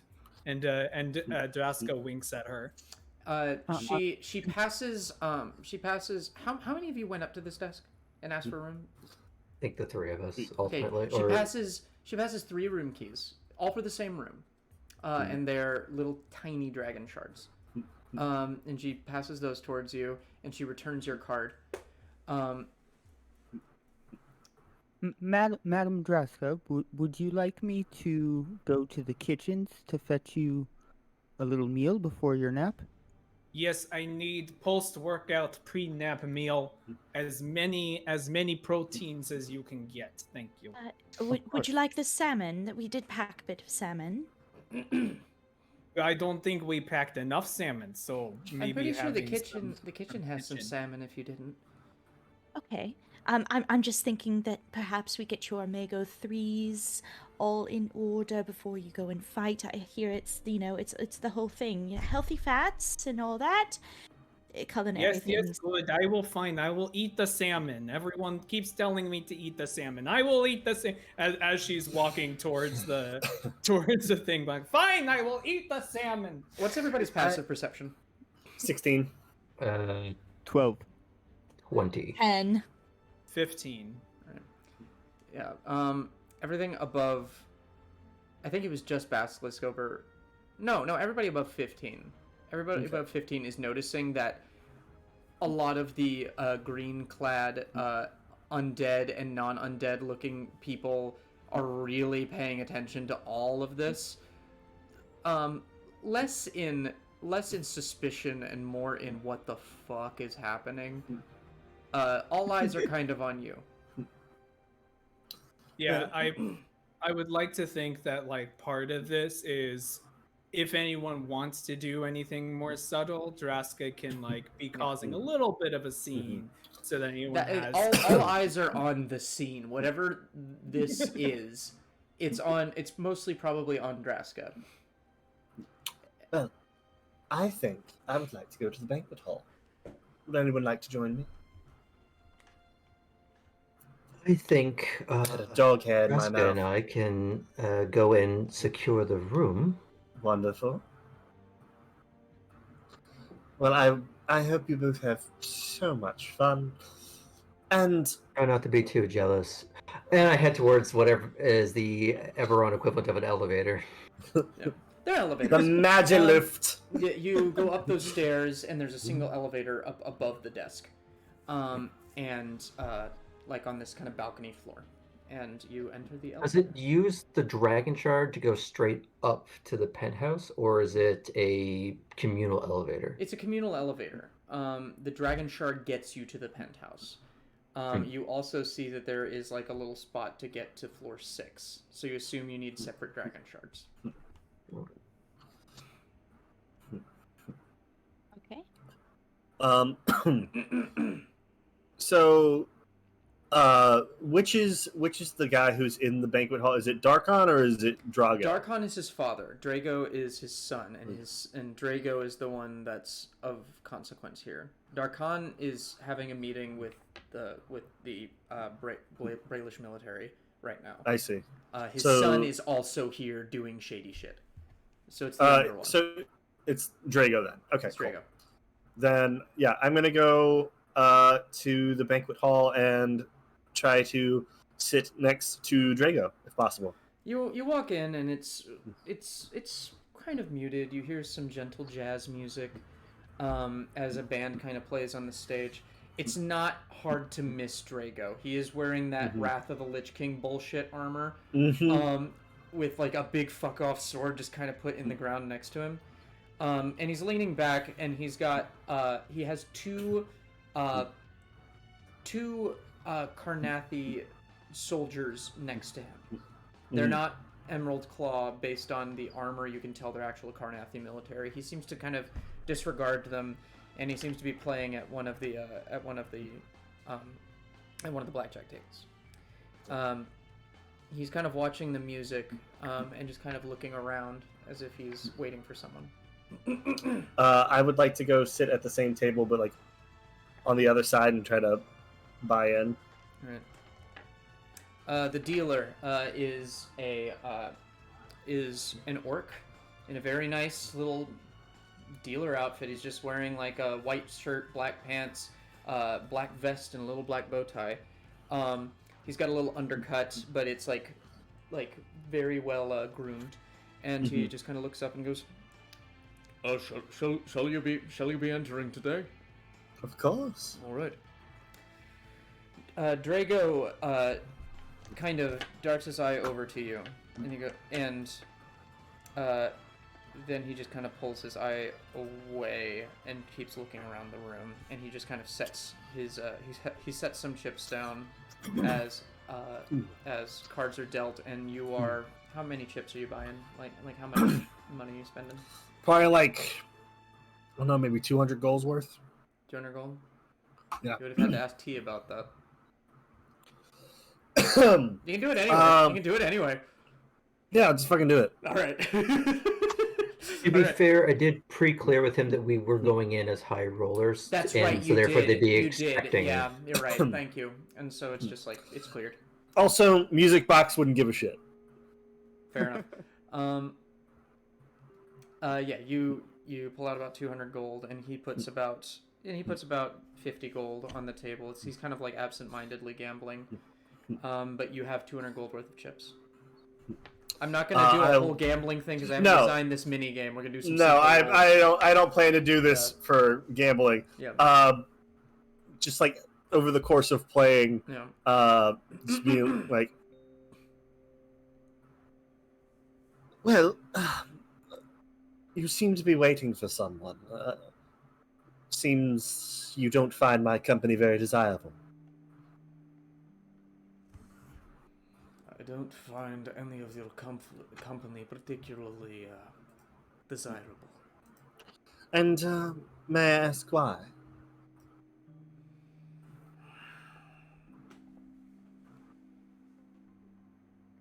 The Brailish are a blight upon Corvair.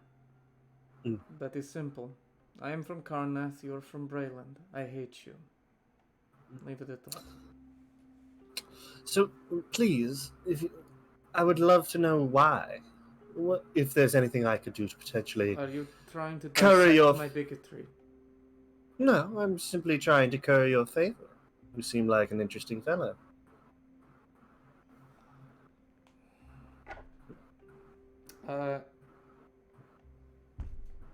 Make me a deception check.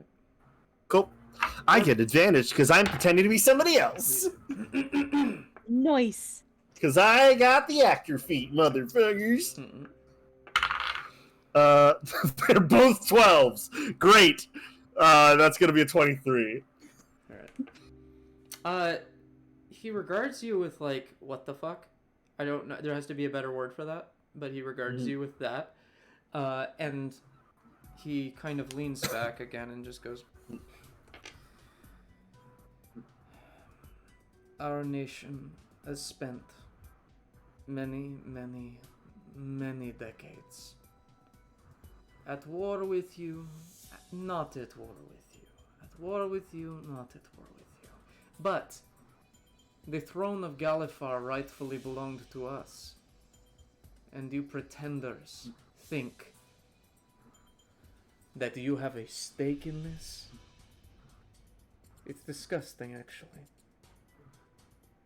You Brailish need to learn your place. You presume quite a bit of, from just a lady. I have no interest in politics whatsoever. There's no such thing as being disengaged from politics. When Karnath razes your country to the ground, you will burn just like the soldiers. Do you promise? Am I being threatening enough? He looks up to one of his. His guards, who just kind of like shrugs. Maybe I'm not being threatening enough. I have business to attend to. Leave me alone. I hope that whatever issues you have come here for, whether it be destroy my country, raise the world to the ground, you at least give yourself the opportunity to relax, at least while you're here. And I will take my chips and I will go. Having had him speak for about a minute, I can now accurately mimic his voice. Very well done. And then I will head up to the room. He was just spending that okay. whole time getting room tone. As you're exiting, how many people went into that room with him? Just me. I think everybody else went upstairs. And what's your passive perception? 16. 16. Everybody else went up to the room. All right. In the meantime, sorry, I just wanted to mention that I think what happened was, Travis and I go up to the room, and I handed my room key to Professor Ortray because they were going into kitchens to get my pre-nap food, so that they could get up to the 7th floor. Okay, so Professor and Professor and Zero are in the kitchen. Yes. Hammer and Basilisk are at the penthouse. Yes. Okay. All right. So I'm gonna jump over to Hammer and Basilisk. Did I see anything with my 16? No, you did not. You saw how much you lost at the table. You went blind. I'm just gonna say it. I lost all 200 of that gold. Yeah. Okay. Yeah. Hold on a second. No. It was the cost of doing business to get I'm not an even asset. kidding. He just crit on whatever roll was going to determine whether or not he won. So. That's fine. We all know what I was there for. Yeah. Okay. I'm gonna run to the restroom really quick. The penthouse, as the elevator doors open, have any of you seen Tick Tick Boom, the Netflix movie? Mm-hmm. Okay. I have not. So you're it's that picture when they first enter that fancy apartment. It's like got a big pillar in the middle of it, but it's furnished. A very nice like California king bed, a fish tank lining the entire wall next to the door, where you see golden sharks flittering about in it. Gold-plated sharks, actually. They actually glisten and reflect. They have laser beams on their head. No, but their eyes glow with a strange red that makes you feel unnerved. But there's a massive window overlooking the entire city. There are blinds to be able to put those things down. You see in the very middle of the room a little wine bucket with 3 bottles of champagne in it. as well as like a little sitting area with 2 couches and a nice little coffee table. There's a bathroom. I'm tired of describing this room. It's fancy. It's fancy. It's fancy as fuck. Probably has a bidet. It probably has a bidet. Yeah, see, I'm bad at this. But what about that rule? I don't care. I can't do it. But what about the curtains? I need to know about the curtains. It's important. I do have one functional question about the room. Yes. Are the windows, they're like that, like floor to ceiling kind of deal, and are they openable? They're floor to ceiling. You don't see a way to open them. I have a similar question. You have a way not to about open the them, windows. but don't worry, I can open them, no problem. But Jaska's looking around for ways to, like, if there are any vents that would like make one hear what's happening below. Like, you know how sometimes there's air vents and sound echoes? That will take put a weasel through. That'll take a relatively high DC investigation check. Would you like to ask your friend for help? Hey, help me look for... I think that we'd be both going into the idea of we're now trying to find ways to weaponize the room together, so I would be very happy to do that. Both of you roll an investigation check. We'll take the higher one, and I'll give you all of the possible information about this room that might be helpful. Oh, that's not bad. 21. I gotta see if I can roll anything else with that. Oh, well, yeah. Now my not bad roll looks little bad. I was like, oh, 14, that sounds good. I guess to not. To be fair, this is largely what he's built for. What'd you say? Man. This is largely what the character's built for, is basically just like spot checking everything. So it's like basically you can best him by being able to lift a toothpick with more proficiency than he can. So everything in perspective. That's funny because I have a toothpick lifting proficiency written on my character. Yeah, very specifically. So Hammer, you are able to find a vent in the bathroom that if you lift the cover, you can actually hear something coming from below you. You don't know what it is, and it's also probably large enough to fit a weasel through. Basilisk, you find little tiny dragon shards hidden under the lamp, under the bed, under the shower head, and basically all over the place. The room is bugged, and I assume that you want to crush each of them. Worse.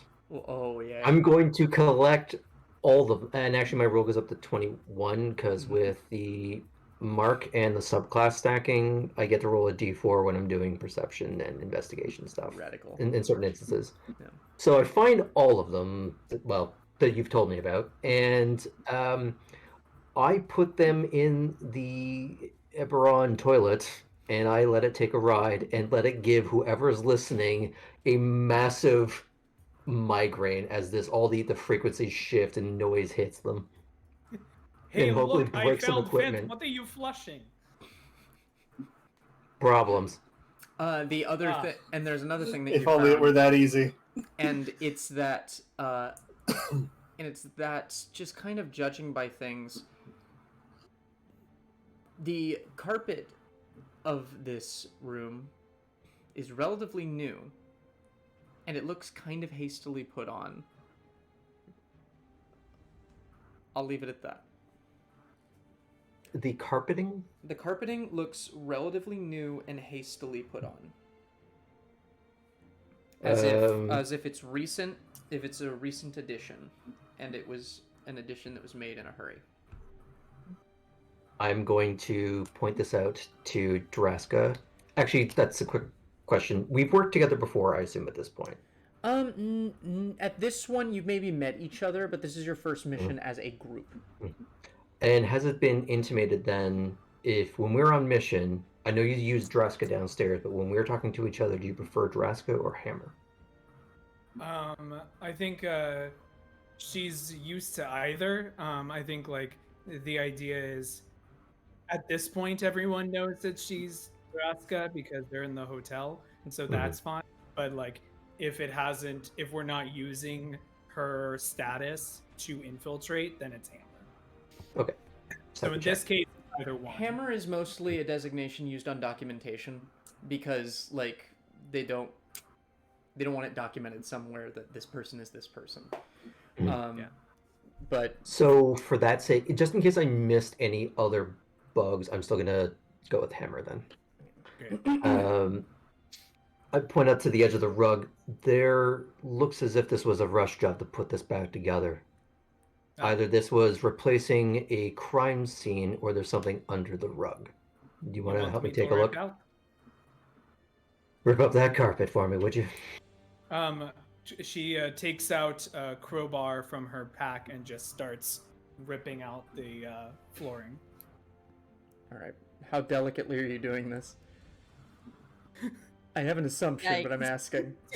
I would have suggested just trying to peel it back. Like I would have like had a knife to this to try and peel it. was ready to like charge in and be like, oh. Careful first. Oh, gently. You'll need to say if you want it. I'm still learning your work mode. Okay. So it's gonna. Yeah, you'll need to like gentle. I have to be more specific. Okay, I understand. I'm gonna. Draska, as gently as Draska can do, is going to carefully peel back. Hard enough that she can actually pull it back, but while also all right, you are able to do this, but I want you to make me a dexterity check. Sleight of hand if you have proficiency. Okay, but otherwise straight dexterity. Yeah.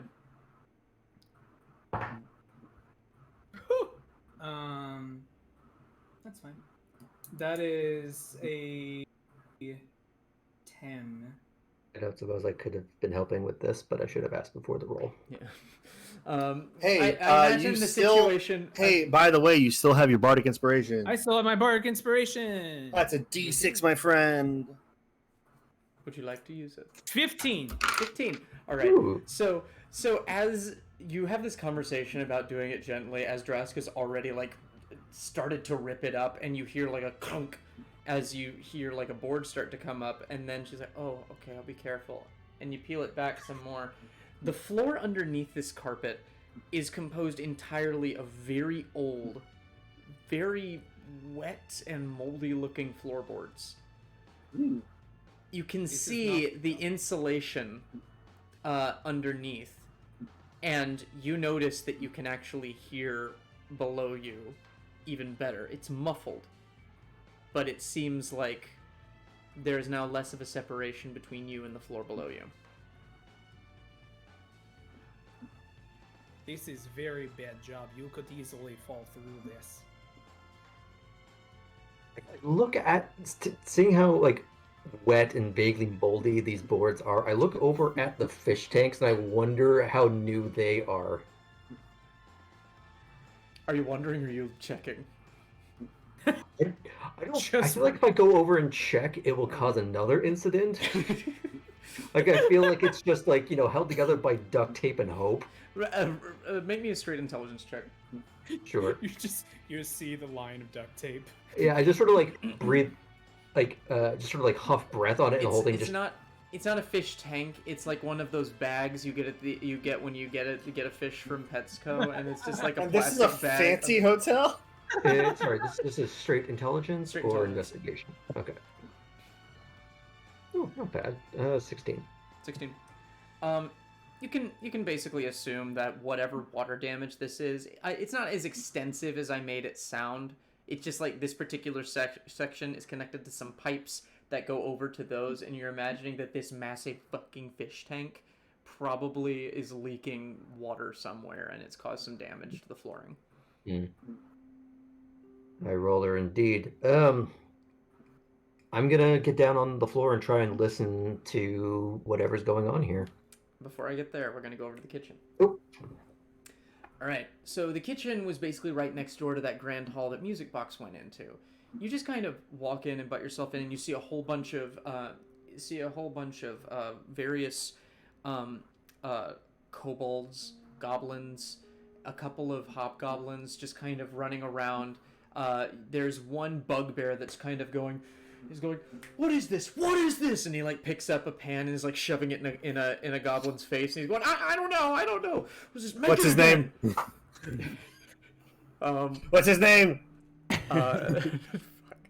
What was that guy's name? Gordon Ramsay. No, it's not Gordon Ramsay. It's not Gordon Ramsay. It's the other guy. What's the bugbear equivalent? Guy Fieri? It's He Guy. would never yell. It's not Guy Fieri. It can't No, be. he is. Even he though I is now want a it to be saint. because He would only yell Guy in Fieri's a excitement. bugbear is hilarious. Yeah, in excitement only. Fair enough. Oh no, it is Gordon Ramsay. It's gonna be it's gonna be Gorehand Ramsay. Adorable. Yeah. Is that Gore Hamsey? Gorehand Gorehand rams me. I don't know. Like And now it's become a porno. Wow. Usually It's a in a horror Bond porno, movie, though. it's Where women does who that have the It's really good. A horno? innuendo names. Hey, we are an equal Oh, yeah, we're- opportunity. No, Bond no, no, ripoff. that wasn't it wasn't downplaying. I'm Yeah, just pointing out. It's a really it's different. attractive bugbear named Gorehand rams me.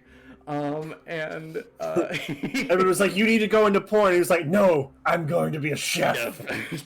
and he just slams down the pan in front of the goblin, who's just like and freaking out, and they just start scurrying around. You see a goblin in the corner, and like his thing's catching fire, and Gorehand just goes over, takes the fire extinguisher off the shelf and sprays the thing and the goblin, and he turns around and just goes, "Could I help you?"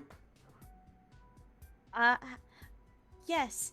We're here with some guests that are in the penthouse. I'm the personal chef. I'm here to make sure that no allergens get into Mrs. Laylara's food. I was not made aware of any of this. Do you have some sort of licensing? Can I see it? Well, no, but I'm just kidding. We're I chefs. We don't have licenses. Come on. And Shit he- doesn't matter in here. Get on in here. You want to pee in the food? Go for it.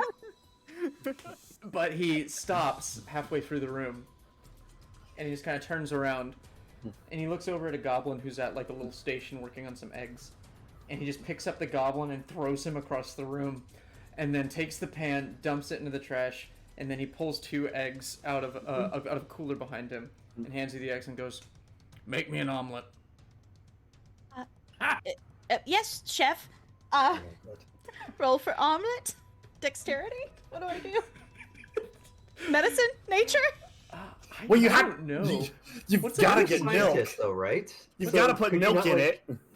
I would say, like, can you do like molecular gastronomy as like Yeah. your specialty here? Because See, I am an alchemist, A and little that bit is of all about background. ingredients. That's a little bit of background. Anybody who knows anything about like high class kitchens, that's the first thing they do to determine whether you're good enough to work there is see if you can make an omelet and make a good one. Is that true? I'm terrified. That's for these. I don't know if you know that. Do you think that you've spent a lot of time in fancy establishments? I grew up in a fancy establishment, Did you but do I any would have cer- had did you- people you- cooking were you for ever me. Yeah. Okay. Yeah. Probably not. Probably not. So you probably don't. You're just very put off by the intensity of this, and so you get the idea that it's important. I'm gonna say I should have thought about this before I just came up with this. I'll say it's probably. I'm gonna make 3 checks. We're gonna make 3 checks. Okay. Omelet check. Go. This is a. I'm gonna make this a nature check to see if you Okay. know what an omelet is. Great. Okay. I think it has grapes in it. That's not good. It's a 7. Omelet. It's something with eggs. Okay. It's Okay. French. French. Something with Franish. Thranish. Franish. Thrange, I don't know the anyway, Thranish. So you just kind of crack the eggs and drop them in the pan, but then you're like, oh, I don't know what to do from here. Oh God. Make me a performance check. Okay. See if you can pretend you know what you're doing. -1. Yeah. Mhm. Yeah. Oh boy. That's an 18. Okay, Okay. this dice. Okay, so like your panic is like palpable, but he kind of seems less suspicious because he's like, oh yeah, it's my presence. It's the fact that it's a kitchen. Nobody's happy here. It's all right. And then he just kind of leans back and lets you keep going. Make me a straight wisdom check. Let's see if you can try and vibe your way through this. Yeah, I'm making like it's a deconstructed omelet. 7. Hands him back the egg. And that dice goes back. So you just kind of like you can narrate this however you want. I'm just giving you ideas. Yeah. She just kind of takes the pan and just like takes like a spoon and just starts like whisking with the spoon and like looking over and like it just keeps going. Yeah, exactly. Yeah, for sure. All right, one last one. Let's go with a sleight of hand check to see if you accidentally figure this out. Oh, hey, here's a full omelet that's just in the fridge. Dirty 20. All right. So I pull it off. Well, So- it's alchemy, right? I'm gonna start talking about alchemy. okay. Maybe. Okay. Oh no, that doesn't really go with sleight of hand. Never mind. But I'm just thinking, like, it's about ingredients. It's about the marriage of two opposites to And create. you're talking about that to synthesize him? them. Yeah. Make me a persuasion check using intelligence. Okay. Mhm. Great. It might just be an intelligence check for you, but that's what we're Yeah, doing. it's just gonna be intelligence, probably. Yeah. All right. That's a 12. 12. So he's kind of nodding along and just kind of watching you, and he's like, okay, you're gonna burn it. And then he like kind of takes it off the thing, and he looks at it, and he goes, garnish. Bless you.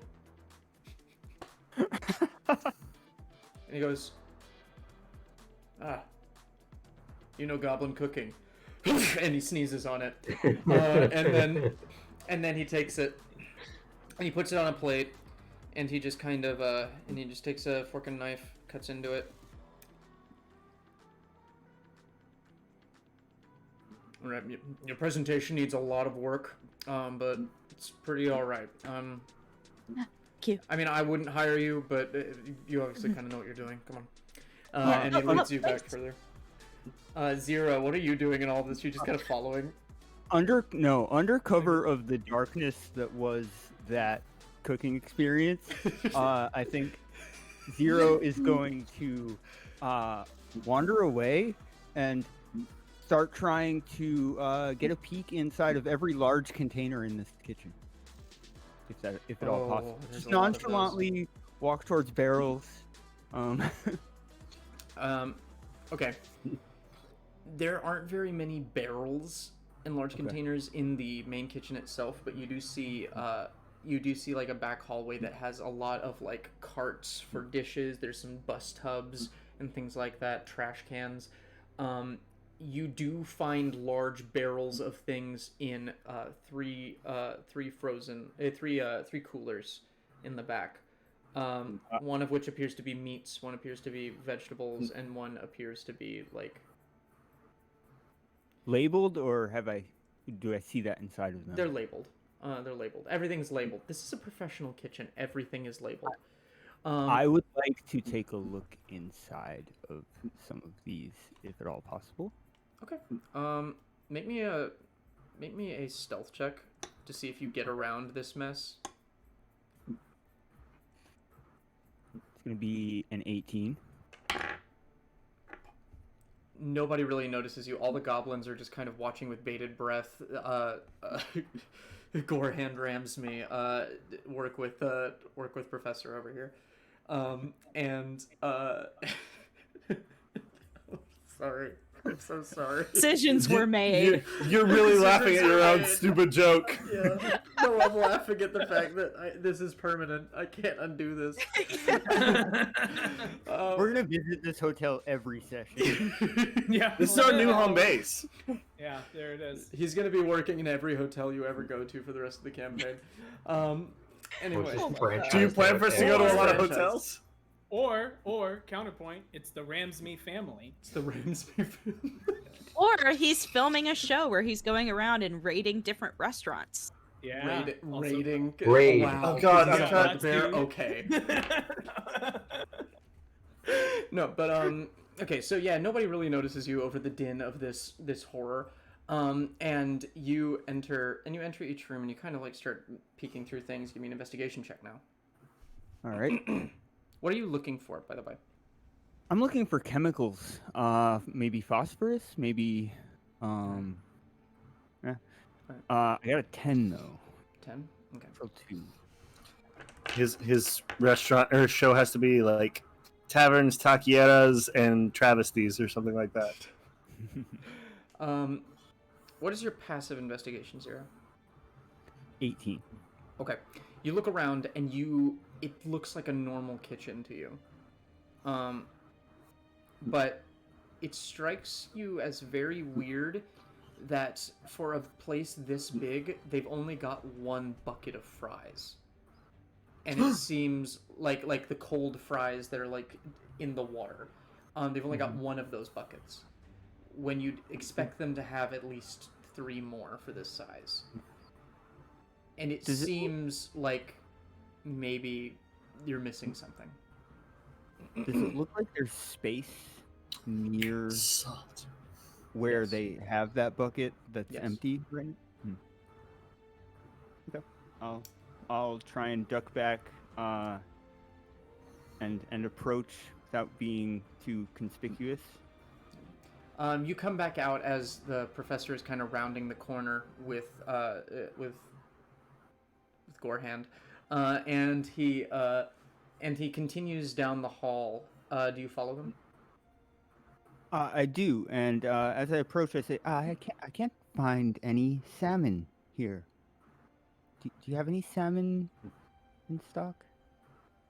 The salmon would be in the meat cooler. You just came out of the vet. Does he work for you?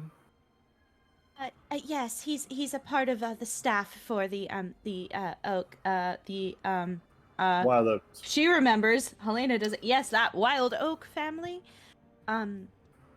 Also, I keep misgendering my own character. I think I'm just gonna go with she, her because it's in my brain. It makes more sense. Fair enough. For her. Retconned. Yeah, we're retconning the pronoun. But yes, they work with us. Zero works. Wow. Trav, this is all actually Dave? happening. Mission this is all blown. actually happening. If I were there, Gorehand just kind of short circuiting. Gorehand just goes like, okay. You know what? I think you work best on your own. I think the pressure's getting to you. Breathe. You, salmon's in there. Come with me. I took the gift of gab spell specifically for her. Listen. And you refuse to use it. I was like, gotta learn today. So he leads you down the hallway to like a private little kitchen, but this private little kitchen looks more like what you think of when you think of a goblin kitchen. It's like dark, fires everywhere, open flames, bloody meat hooks with meat on them. That kind just of like thing. Mama used to make. Just like There's Mama just used to make. OSHA violations everywhere. Oh yeah, except when he walks in, he's like, okay, make sure you wear gloves. Don't know if you know that. And he like pushes a little box of gloves over towards you. And he's like, also there's something going around, so mask up. And he hands you a face mask. And he goes, all right, what floor is your charge on? The penthouse. Penthouse, right. Okay. Yeah, whenever you're done cooking, just bringing up that elevator over there. And you see like, it's not an elevator, it's like a human-sized dumbwaiter, and you see a little goblin in the corner holding the rope, ready to take it up, and he just kind of stands there shaking in fear. She like waves at him. He kind of panics and drops it a little bit, and it just goes, and it just like it falls down the hole, and just, and he just goes, Sorry. and Gorehand just kind of looks over and just goes, don't mind. Yes, I Basilisk. shan't. What is the attrition rate for new hires at this place? Attrition rate? Yeah, do people just die randomly, like working in the goblin? It's a revolving door Goblin policy. It's one of those places that they refuse to like update their tech and everything because it's like, we could get like better equipment so people don't die, but it's like it has that like old timey It would actually cost more to update than it would be to just get hire new new people, yeah. and pay out the insurance. Oh yeah. It's a very old building. It's a very old building. It's also watered-down protected snack by like extensions, that's why. landmark shit Did you and all know that. this building used to stand atop a temple to Tiamat? Anyway, Does Tiamat even exist in Eberron? no, it's Kyber. But I don't even know if that's Tiamat. I think it's another evil dragon. I don't know if they're the same. Building designed by Dozer? What the hell's going on over here? Gozer, Bowser? yeah, it's Gozer. Anyway, Dozer's crockpot. anyway, so you have this kitchen all to yourself.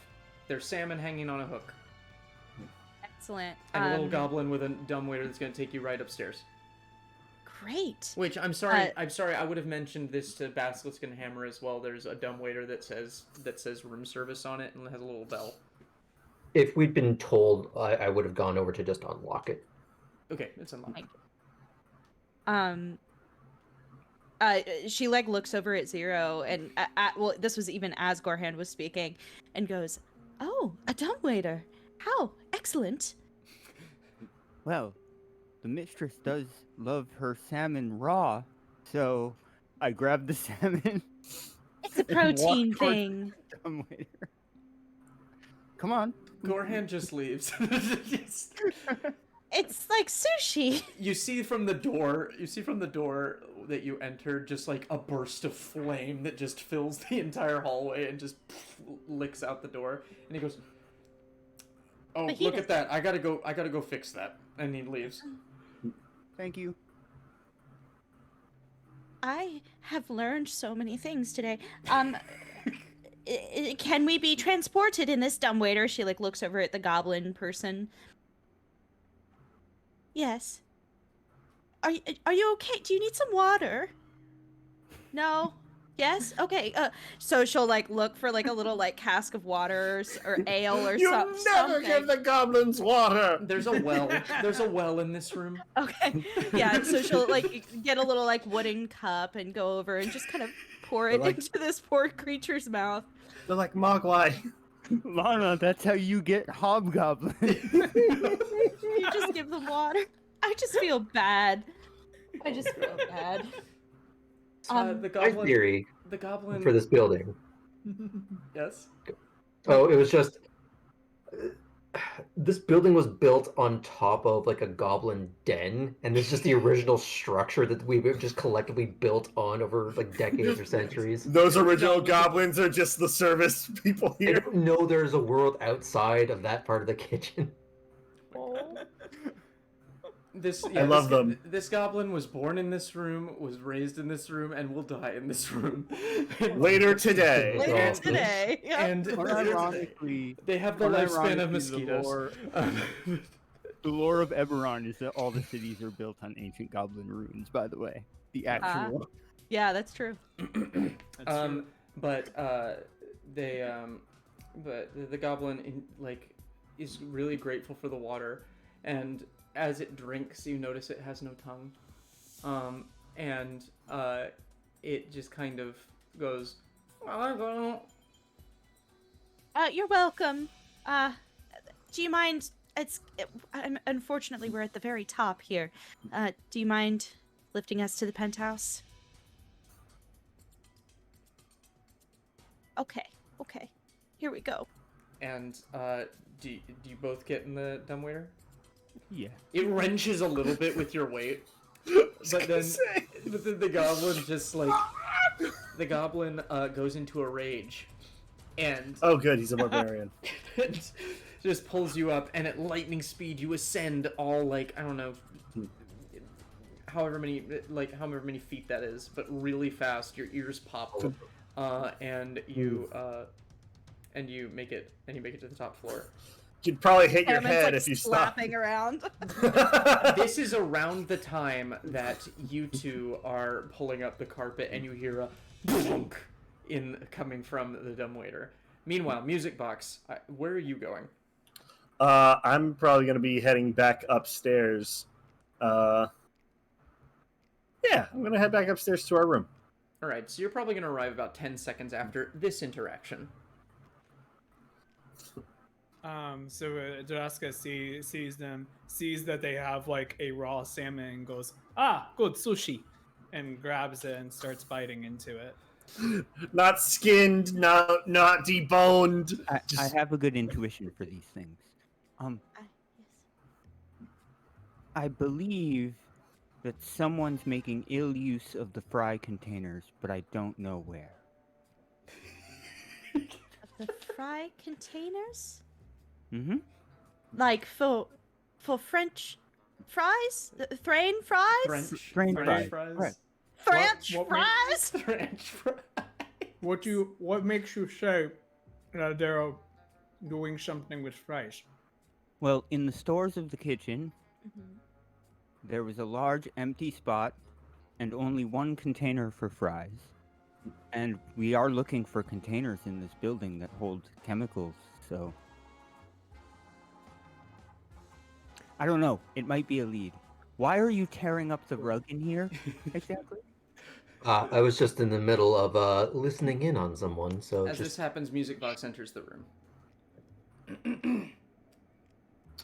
Hello. Well, looks like you're all having a bit of a party.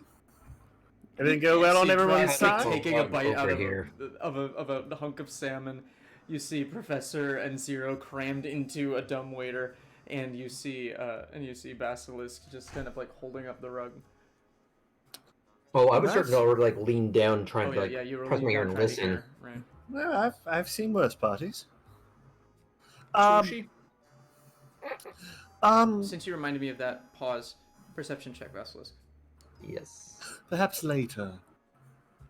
No, this is going on. It's just I just want to cover this. Yeah. Oh no, About it's the in sushi response. comment. This is about the sushi. 22. 22. All right. It's really hard to like pick up stuff through all the insulation. But you hear yelling in Carnathi. What languages do you speak? Common, Elvish, Giant, and Thieves' Cant. Okay. I wouldn't say that you know Carnathi. I'd say if you knew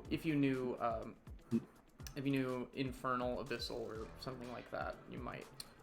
I do. I should have gone over this. I'll make Eberron languages available for your character sheets. For now, I'll say I you do- do understand Carnathi. Okay, I was gonna say I have comprehend languages. Yeah, I'll say you do because I need to replace a lot of those languages with like. I Nation feel like if our languages. job is spying and interacting with other Yeah. local kingdoms, we have to learn some of them at least. I'd say you know the languages of the 5 nations, as well as the 5 main nations, as well as the ones you have listed. Okay.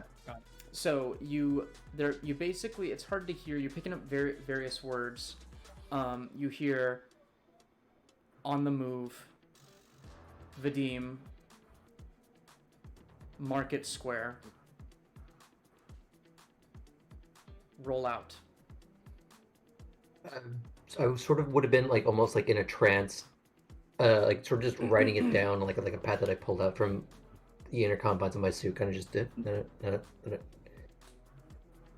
All right, we got an update, and I hold out this with the quick notes of what was being said, what I'd caught at least.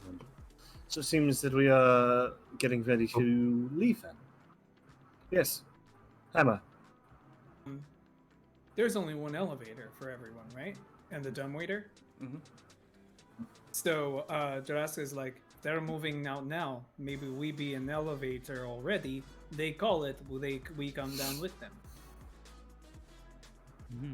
A good point. At this moment, Basilisk, you notice the dumbwaiter behind them moving back down. Yeah, you should probably get out of. I'll point it out just in case. We get out of Oh yeah, yeah. Oh yeah, totally. No, I get out. I don't want to stay there. I was waiting to see. It's like, let's see where this goes. Just see him slowly descending. I'm sorry, are we boring you? Yeah, so we want to wait. That's moving. Do we want to go down into elevator now and wait till If it's they're built? rolling out, The dumbwaiter did we should pass be every going. floor. James, question for you. Yes. Can I do like a history check or something disguise kit check to see if I have anything that may resemble. I keep forgetting the name of the country. Carnathians. Carnathi. The Carnathi like armor that I saw Drago wear. You have like World of Warcraft cosplay, like All made Lich from King Warbler. stuff. Yeah, Mhm. yeah, exactly. It doesn't pass up to physical inspection.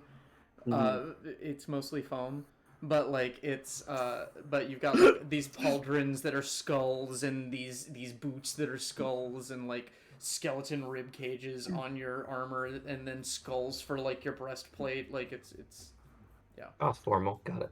very formal. But I could pass it off unless somebody was like poking at it, right? As long as someone wasn't within like 5 feet. Then elevator's not going to work. Never mind. I mean, if you Not had a- some magic, you could shine it up, but like, I do have prestidigitation. I'd say that it would be able to pass. It just wouldn't hold up to physical inspection, and not for someone like looking at your armor. Mm-hmm. You just want to like keep their eyes up here, you know. Yeah. Yeah. Yes, basilisk. Cool. Oh, just a quick thing. It said the marketplace was Market this is- Square. Market Square. Yeah. Do we have a view of this from our swanky penthouse? You do, actually. You know the layout of this And- area pretty well. You can see there's a large like market square right in front of the main like Capitol building. Would it be sensible for us to have like a spyglass or binoculars or anything like that? Like, I assume we came in here with like a suitcase, and binoculars wouldn't be the most ridiculous thing. That is a magic item. Okay, I'm gonna say you have it though, but fair enough. because I didn't brief you beforehand on that particular rule, so I'm gonna have some latitude for you. Okay. I won't do that with everything you guys want, but that makes sense to me. And just to confirm, the dumbwaiter, it went down, but it didn't seem to slow down and stop at a floor. It just kept going all the way. If Drask has been paying attention, it went down and then stopped, like it stopped at the floor below you.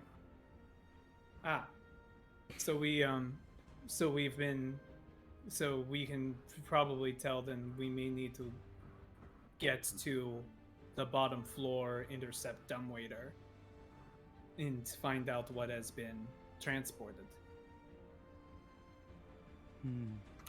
I Could thought be it was the item, could be people.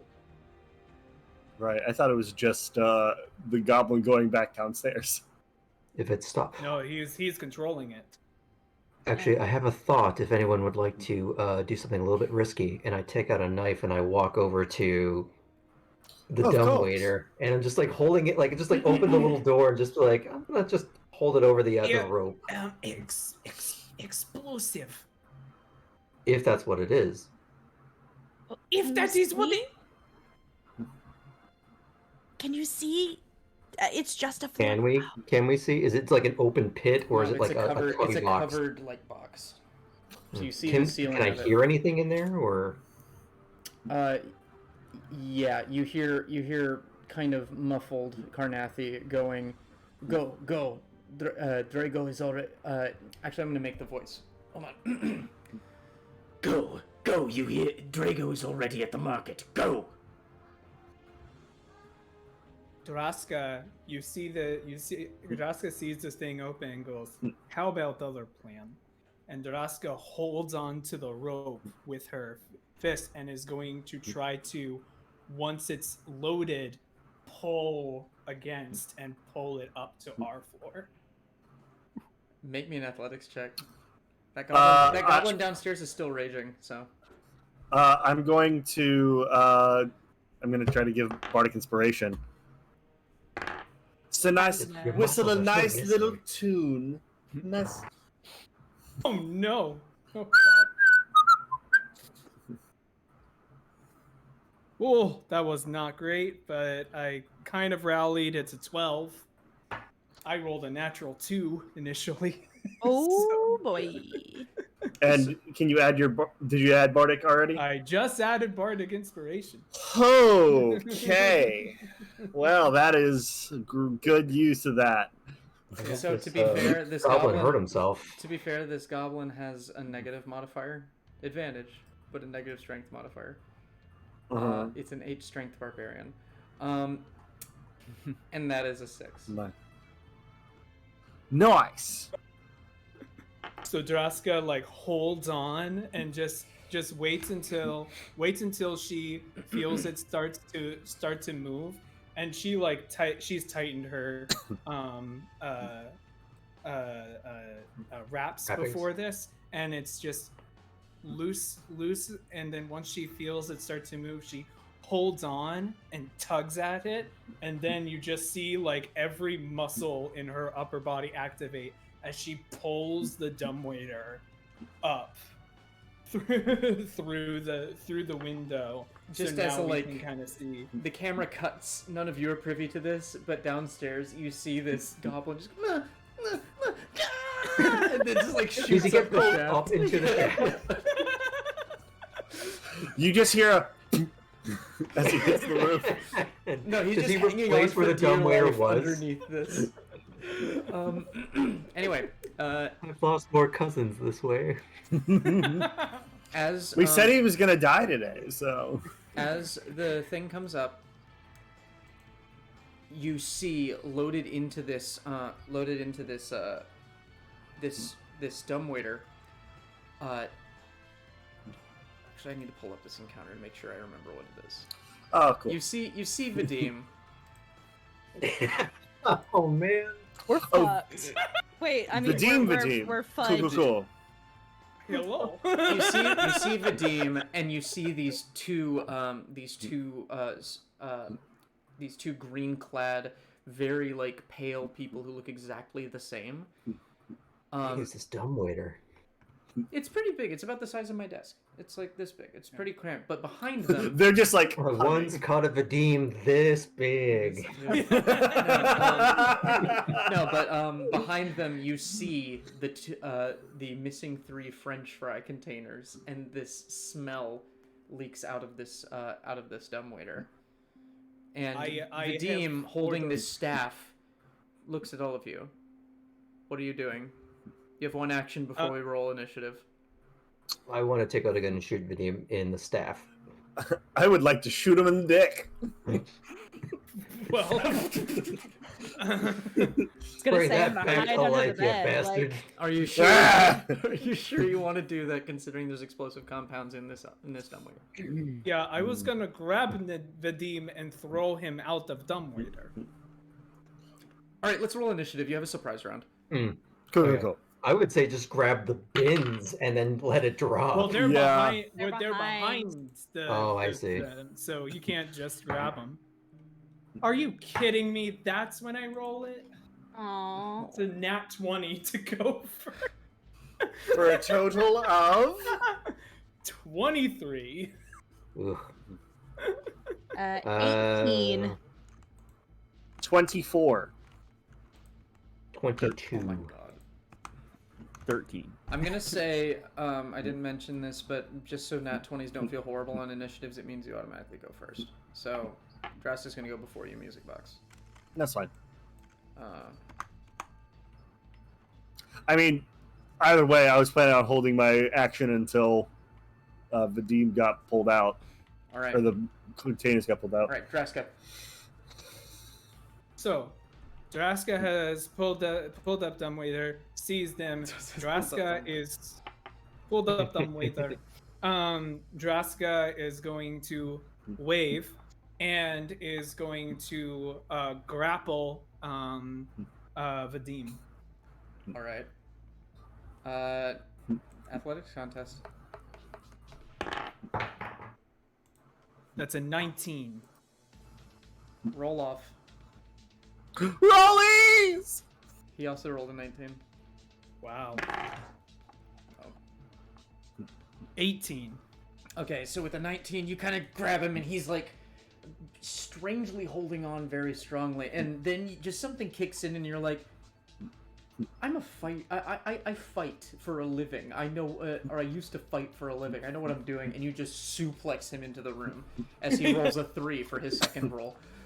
Yeah, bring him down, and I'm also going to, I think, correct me if I'm wrong. A grapple. You can replace an attack with a grapple, I believe. Yeah, but I can then, his movement 0, but I can then drag him with me, right? Yes, it halves your movement speed. Yeah, so I'm dragging him now 15 feet away from the dumbwaiter. Okay. And you're gonna get attacks of opportunity from the other two guys. Wait. Oh, that's true. Hold on. Let me just check one of my feats, which is Your left one or your right one?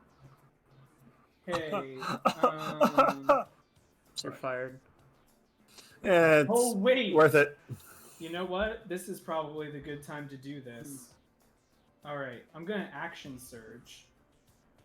And I am going to punch the guy. I'm going to use action surge for 2 melee attacks on the guy to my left, in the dumbwaiter. All right. As you punch him, you notice that your fist barely connects, like you're like punching through smoke as it goes wraith-like. It just becomes transparent with glowing red eyes. You're punching a ghost-like creature. It is resistant to this damage. Ah, that's not good. You can make those attack rolls though. Yeah, so what you're going to know this on the first attack roll, so you can do something else with your second. Great. So that's going to be a 24 to hit. That hits. And that's going to be... Nope. That's going to be 7 bludgeoning damage, probably halved. And then my other attack is going to attack the other person to my right. There it is. There we go.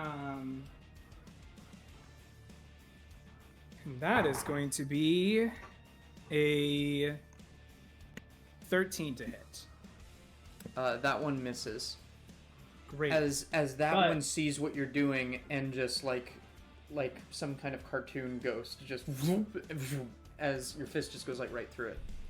These things are freaking weird. I have the mobile feat. Mobile feat means when I make a melee attack against the creature, I don't provoke opportunity attacks from that creature for the rest of the turn. And now I drag Vadim away from them as they're not allowed 20 feet away from them. So I think you have one more attack. No, I did my 2 attacks. I did my grapple, and then I did my action surge to attack them both before dragging him away. I think there's actually a certain subclass that makes you able to replace an attack with a grapple or a feat or something. I don't think that's the case. I'm gonna go with you. I'm sorry. It's a 1 D&D thing. It's a 1 D&D thing. Let's play test it. You have an extra attack. Oh, let's play test it. Oh, cool. I punch Vadim. All right.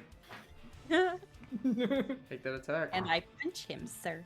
And I punch you, sir. That's 13. I don't know if I don't get advantage because it's a grapple. I said that that's 13. I said he went prone, and I want you to have this. So, roll again. Oh, advantage.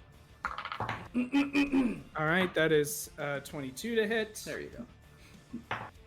And that is going to be 6 bludgeoning damage on him. All right. Okay. Anything else? I think that's it. I think that's all you can do. No, that's all. That's all for right now. All right, music box. Cool. So Vadim is out of the. He's out of the dumbwaiter. But the 2 ghosty boys are still inside. Yes. With the chemicals. With the chemicals. Oof. That would just be bad to do actual dabblage to it. You know what? I'm gonna not do dabblage in a big way. I'm just gonna use I'll do cutting words. Or not cutting words, vicious mockery to one of the ghosty boys. What do you say? They're God. insubstantial. You're irrelevant now. Keep in mind that if it's good, I up the damage. Oh God! Now I have to actually think of like really good. I got nothing good right now. I'm gonna have to actually start thinking about things. You haven't got a leg to stand on. I don't fucking know. Something like that. Grab would be much better at coming up with these than Hey, I was. gave you one right there. I know, Yeah, but yeah, really use good. I can't use yours. Is that a charisma save? Let me see. Just to be sure. Sorry, why did this thing seize up on me? Yes, it is a wisdom save. Sorry. Wisdom save. Okay, that is a 14. 14 fails. Okay. Gonna take 2d4. All right, you happen to say this to the one where you look down and it actually doesn't have a leg. It has like a prosthetic leg, and it's very sensitive about it. Yeah.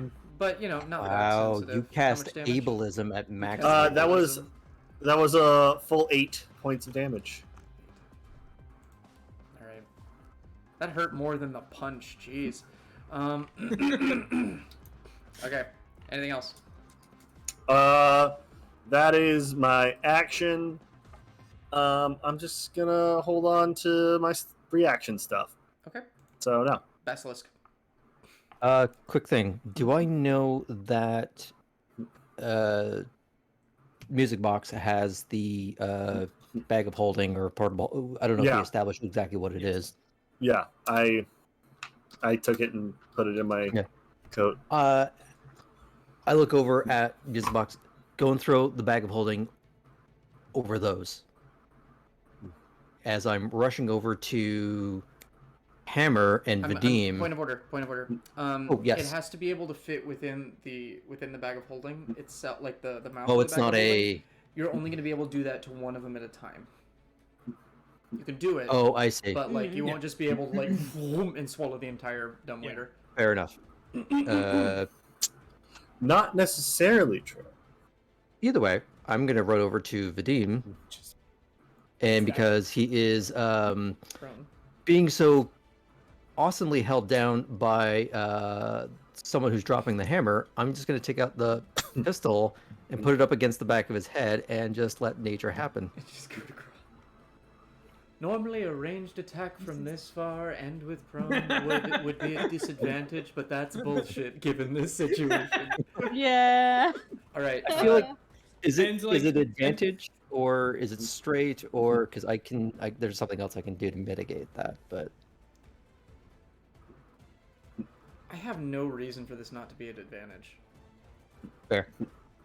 When Draska pins someone down, Guns she like change things. does the like wrestler pin, like they're not moving. I feel like that's going to be the like the tagline of this fucking stream is guns change things, don't they? You're going to change the world. Yeah, so I'm just gonna try and do that and hope that it does the thing. All right. What's the advantage? Big money, big money.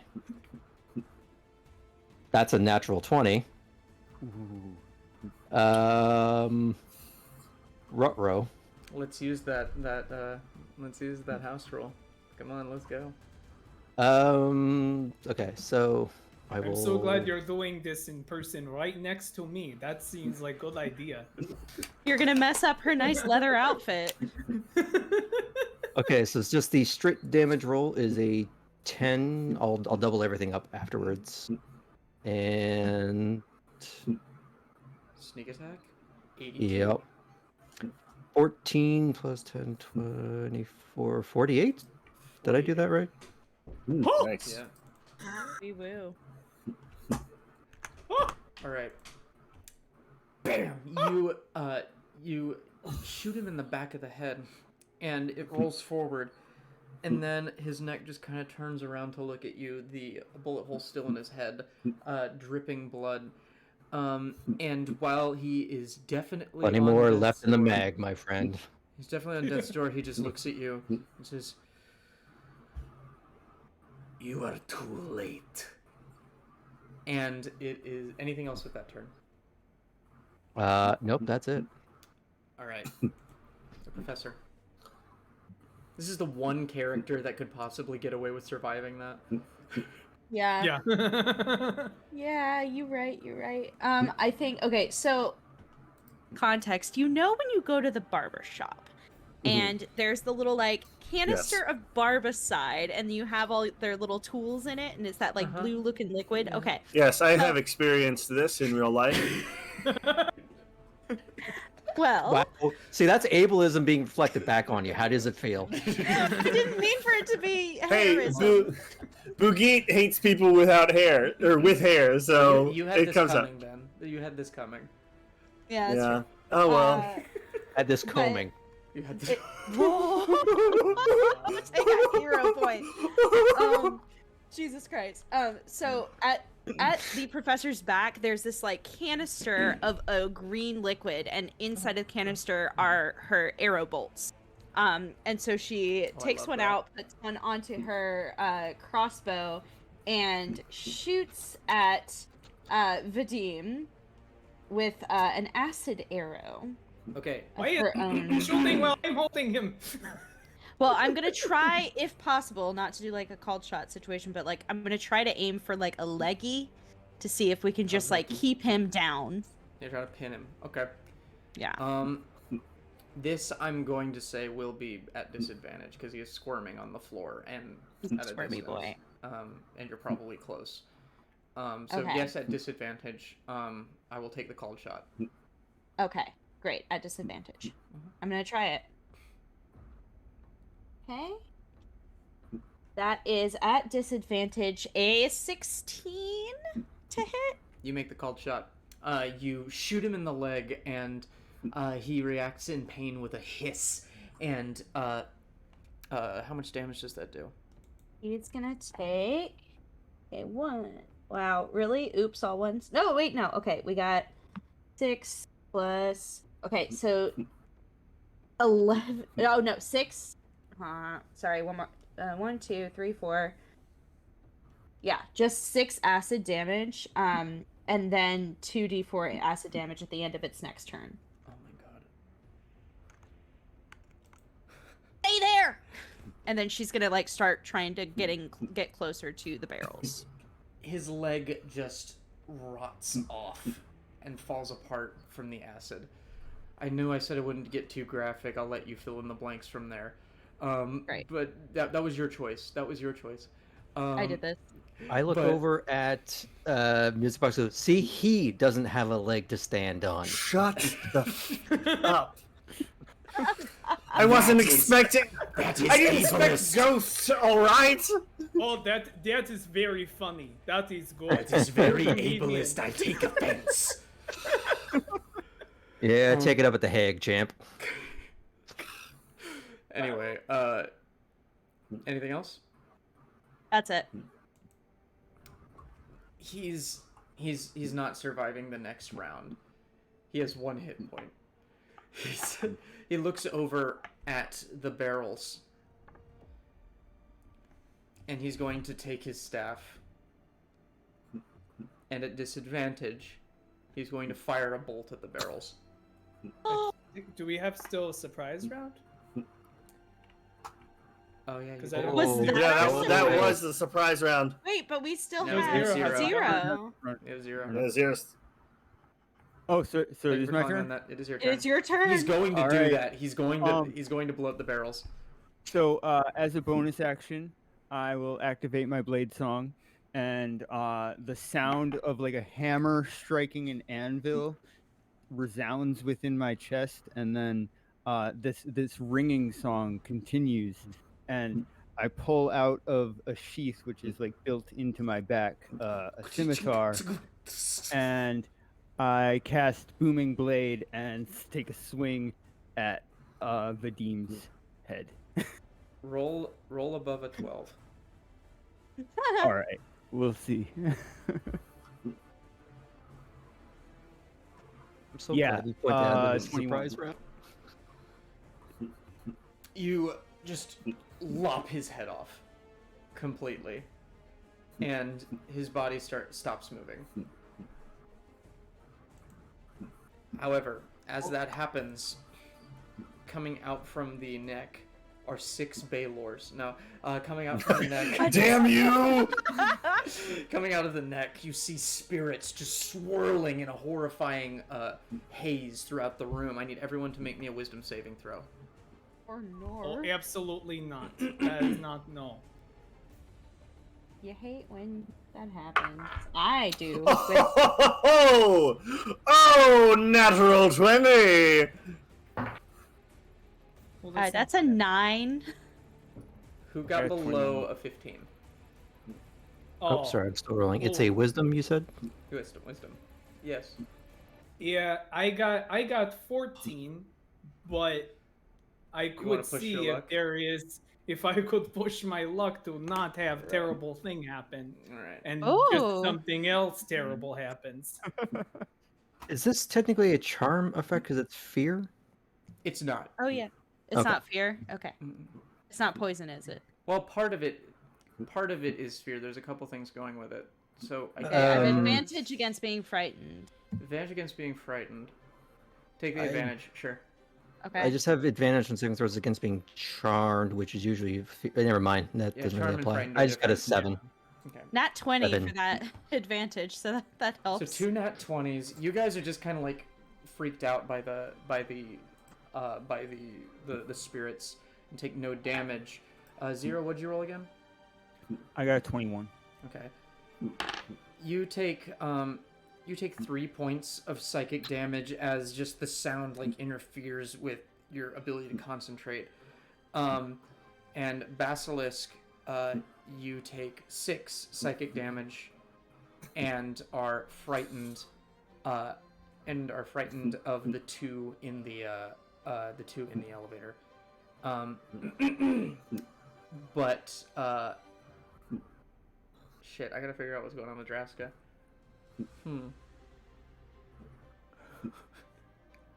Alright. You push it, you scream just like in fear, and you kind of hold up Vadim's body and you chuck it. And while you're okay, you chuck it and throw it through the window, smashing that window open, causing the rushing wind outside to start to blow throughout the entire room. All ranged attacks will be at disadvantage, and there is now a chance of falling. If something Wonderful. happens. Wonderful. Yeah, I like to imagine Draska like saw all the spirits come out and goes, no, not good, and just yeets it out the window. Exactly. That's cursed body. I imagine there's some poor little guy just sort of like minding his own business, sitting on a bench, like feeding the birds. The widower, he's in his late 60s, and just splashed right next to him. I miss my wife. We No, just hear smash. Mike Cabbages. Sepher Black is walking along the street below and is going, "Yes, T. I need to inform them of something. Things have changed drastically." Bam! Right in front of him. Oh, well, look at that. Well, I have complete and utter faith in them. Situation has changed. It is raining men. I repeat, raining men. Hallelujah. It's Great. raining man. So 0. That is the end of the surprise round. That was pretty boss. That was a good surprise round, That was a y'all. very good I'm surprise round. I'm not mad about it. Now. Give me 1 second.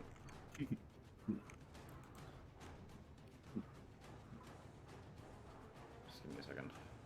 I've missed playing rogues so much. That felt so They're good. so fun. Yeah, that was so much. So much damn. man.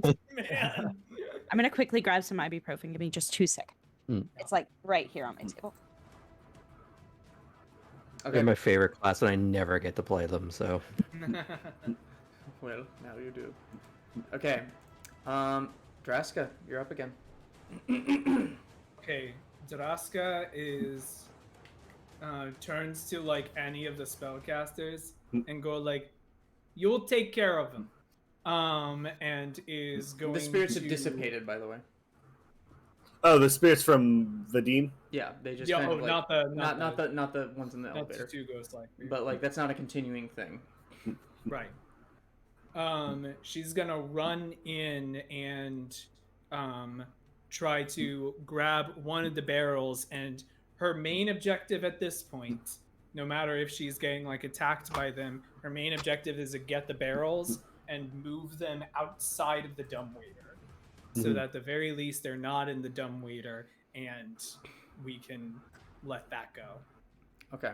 Okay. So she goes in, grabs one barrel, and places it outside the dumbwaiter. So you're not moving; you're just placing it outside, and you're staying there and doing that. You're Correct. not I am dashing I'm saying there like if I can fit all three outside the dumbwaiter without having to move, I'm gonna do that. Okay, you're gonna be able to do one this turn. Yeah, You're doing one at a time. I'm gonna do take the middle one, place it outside the dumbwaiter. All right, music box. All right. Which was the one that I insulted last time terribly? The one on the right. Cool. I'm gonna go to him again and be like, I'm a savage. What are the lyrics again of that song? It's like, I'm a savage, ratchet, bougie, whatever that is. And Ratchet. Classic thing that- bougie classy shit. bougie Yeah. ratchet. Bougie That's what it shit. is. Yeah. Yeah, that's what I'm trying, you guys. You're killing it. Or Hopefully. I'll just say booyah and do that instead. Simple. We'll do simple. That's a wisdom save 16. Okay. I'm better at insulting my friends, not monsters. They didn't deserve it. That's an 8. Always. Okay, cool. That fails. Yeah, you don't get an extra dice. I side don't. for that. I'm not expecting to, James. Not good at this. They're That's gonna be expecting to when they mock their friends. 6 points of psychic damage. They're just more confused than anything else. Yeah, shut up. All right. That's my Basilisk. turn. You basically, due to the nature of this room, all the frightened condition does is your attacks are going to be at disadvantage. Which Okay. attacks already are at disadvantage. Yeah, I was just thinking, but didn't the source of the fear get yeeted out the window, or is that more you just were a flavor frightened of text? you're frightened until the end of this round. Oh, okay.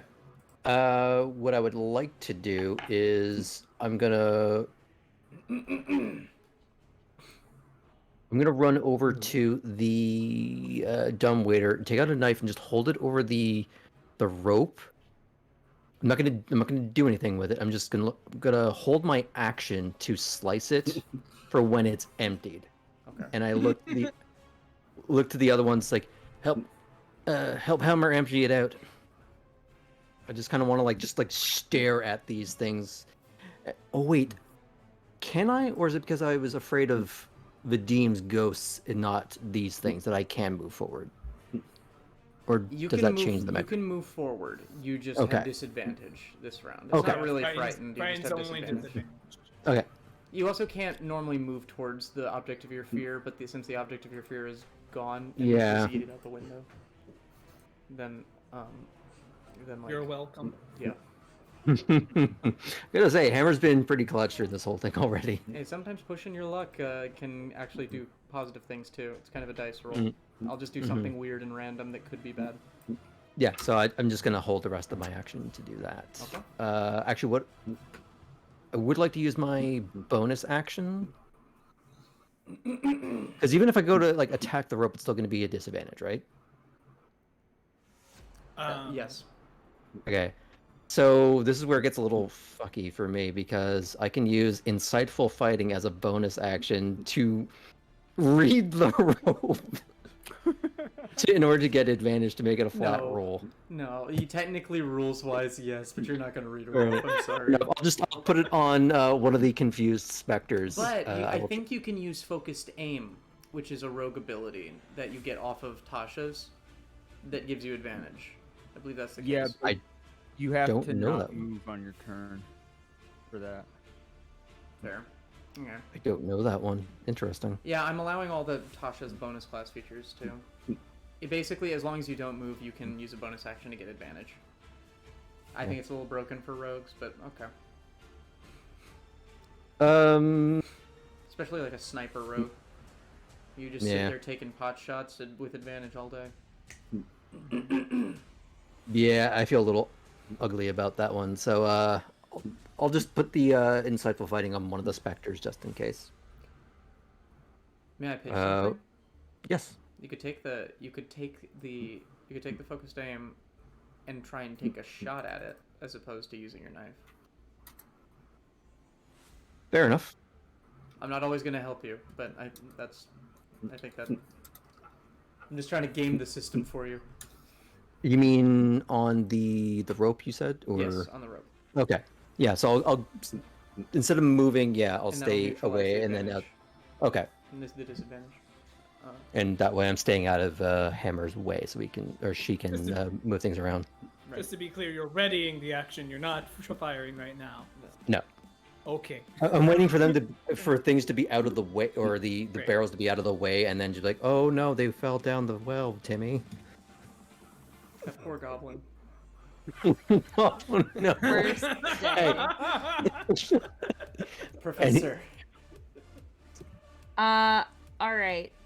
From where I'm positioned, I'll take so I take out of a little like backpack that I have a large. It looks like a spray can, and it just says, Oh, or it artificers. has like a little like emoji of somebody barfing, and I spray the aerosol can and cast a ray of sickness on the closest undead to try and like get it to heave outside of the elevator, Okay, potentially.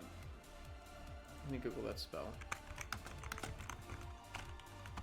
60 foot. See, towards a creature within range, make a ranged spell attack against the target. On a hit, the target takes 2d8 poison damage and must make a con saving throw. Okay. On a failed save, it is also poisoned until the end of my next turn. I'm sorry. It is an undead and a ghost. It is immune to poison damage. So Ah, you shit, so you yeah. spray this in its face and it just kind of disregards it. And it kind of both of them kind of look down at the barrels. Anything else? I guess I can't really do anything except for a movement action at this point. Yeah, I don't think there's anything else I could do. I'm gonna try to like get into a covered situation, maybe by the nightstand if we're nearby. Okay. 0. You get the sense that something terrible is going to happen. Mm-hmm. The barrel. There's only one barrel left There's in 2. the dumbwaiter. Oh. Got the weapon then. Is it an action to grab it and pull it out? Yes. Okay. I will run in and do that to one of them. I'll grab a barrel and take it out of the dumbwaiter. And you're gonna do what Draska's doing and stand in the dumbwaiter. You're not gonna like move it away, so you don't take the attack of opportunity. Do I get the feeling that I would take the attack of opportunity and not the barrel? You would. He take thought the attack about of it. opportunity. He you would thought take the about attack it. of opportunity because you're the one moving. Okay, yeah. The barrel is an unwilling participant, and therefore it does not trigger. I am attacks not of trying to opportunity. run away. I love the rules. Okay, I do that. I grab the barrel and just leave the dumbwaiter as well because I So- don't like. Okay, they're feel gonna the take beam. their attacks on you. Yep. Oh God, I made this deadlier than I intended. TPK session 0 No. TPK. Right, so that's a 19. Misses. Fuck yeah. And then that's a Nice. 17. And so neither of them hit. So you just kind of duck out of the way as they both swing at you.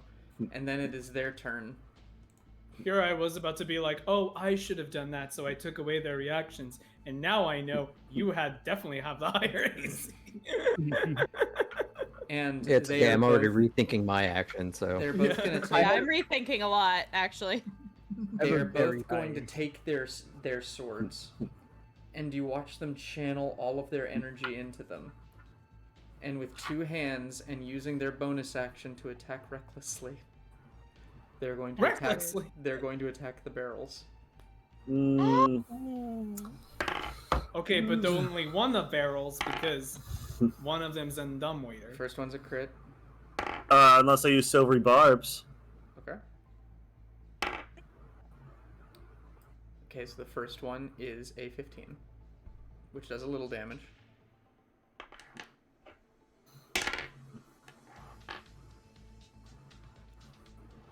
It's going to be 7 slashing damage. And then the second one. Well, that's all I got, kids. Is a 25. this is vibrating now, and The coaxium. They plunge the so with the silvery barbs you kind of pull one of their swords away, but the other one desperately gets up and with this sword charged full of fiery energy plunges it into the barrel. All of you need to make a dexterity saving throw. I bet. What if I just don't? What if I don't want to? What if I'm so far away that I don't have to worry about it? rolling very low. I've been rolling bad. I keep seeing the die just be like, it's a 17, and then just tip over. Yep. That's a dirty 20. The DC is 15. I Like, don't just make barely it. made. I got an 18. I got 15. 15. Basilisk. 13. Okay, who got below 15? Raise your hands. So, Oh. Below Okay. 15. So Uncanny with- dodge! so with the explosion, Out the uh, window. uncanny dodge would work here, I believe. Mhm. That means you take half damage, correct? Yes. Okay. But am I still blasted out the window? Yeah. Yeah. That's gonna be. That's gonna be a 20. It's gonna be 24 I'm just points of picturing damage. trying to like do an Austin Powers where I catch Venom still smoldering, falling body, just trying to hold it in front of me. That's 24 points of 24 points of fire damage. Is that cut in half, or is that I'm gonna already say, I'm half? gonna say it's radiant because of like phosphorus. Just like. Is that after half? No, that's before half. It's not that much damage. Okay. All things So considered. 12. It was a fireball. Okay. So you take 12, and then everybody else takes 24 who failed, and you take 12 if you passed. Professor and Basilisk. 12 if you pass. 12 if you pass. Sorry. Professor and Basilisk. Although, Professor, you have advantage. You were in cover. In cover. Yeah. So only 12. Or do I If you- take if you full succeed. 24? If you succeed. No, you You have roll, to roll again. again. Roll again because you Oh. have advantage. Thank you. I rolled the literal same thing, so it just I So deserve you and the damage. nightstand are blown out the window. I'm like holding on to it. All right, so Basilisk and Professor, you are now in free fall.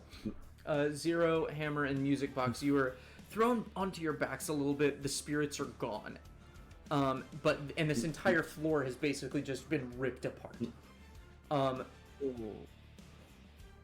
But you're alive. Basilisk and Professor, you are falling. We're still in initiative. So the dumbwaiter and the 2 whites or whatever they were are dead or gone. Wait. Yes. Hold on. Wait. Is dumbwaiter falling? Dumbwaiter has started to fall. Oh no. Would that be part of your dex check? Is you like leaping out of it? Let me have, you know what? Since like there's a tunnel there, I'm gonna have him make a dex save too. This guy has the worst life. But Oh, thankfully make, it's free. make that guy make a dex save. Great. All right. Okay. It's like So- firing down him as like a bullet. So I just want to check. I need to roll is some damage real Draska- quick. Give me a second. Wait, is Draska in dumbwaiter after explosion? Because then she is in falling dumbwaiter. No, you're not in the dumbwaiter. You're like by the dumbwaiter. You were by the dumbwaiter, Okay. so you got pushed back a little bit. You're not falling. Okay. You just get blown a little bit backwards. Okay, that's fine. It's okay. The goblin was raging. It takes half damage. He's a bear totem. Anybody got feather fall or something? No, I think we're the No. worst two people to go. I out think a we're window. about to fucking die. Sorry. Status update. Second. Draska, it is your turn. Okay. How far from height is floor to ground? To the ground below you. Yes. It is really hard to say. Okay. You imagine several hundreds of feet. Jesus Christ. She is going to take out a rope from her pack, run to the window, and throw it over for them to grab onto. All right, you make me an athletics check. Professor and Basilisk make me dexterity saves. Oh no.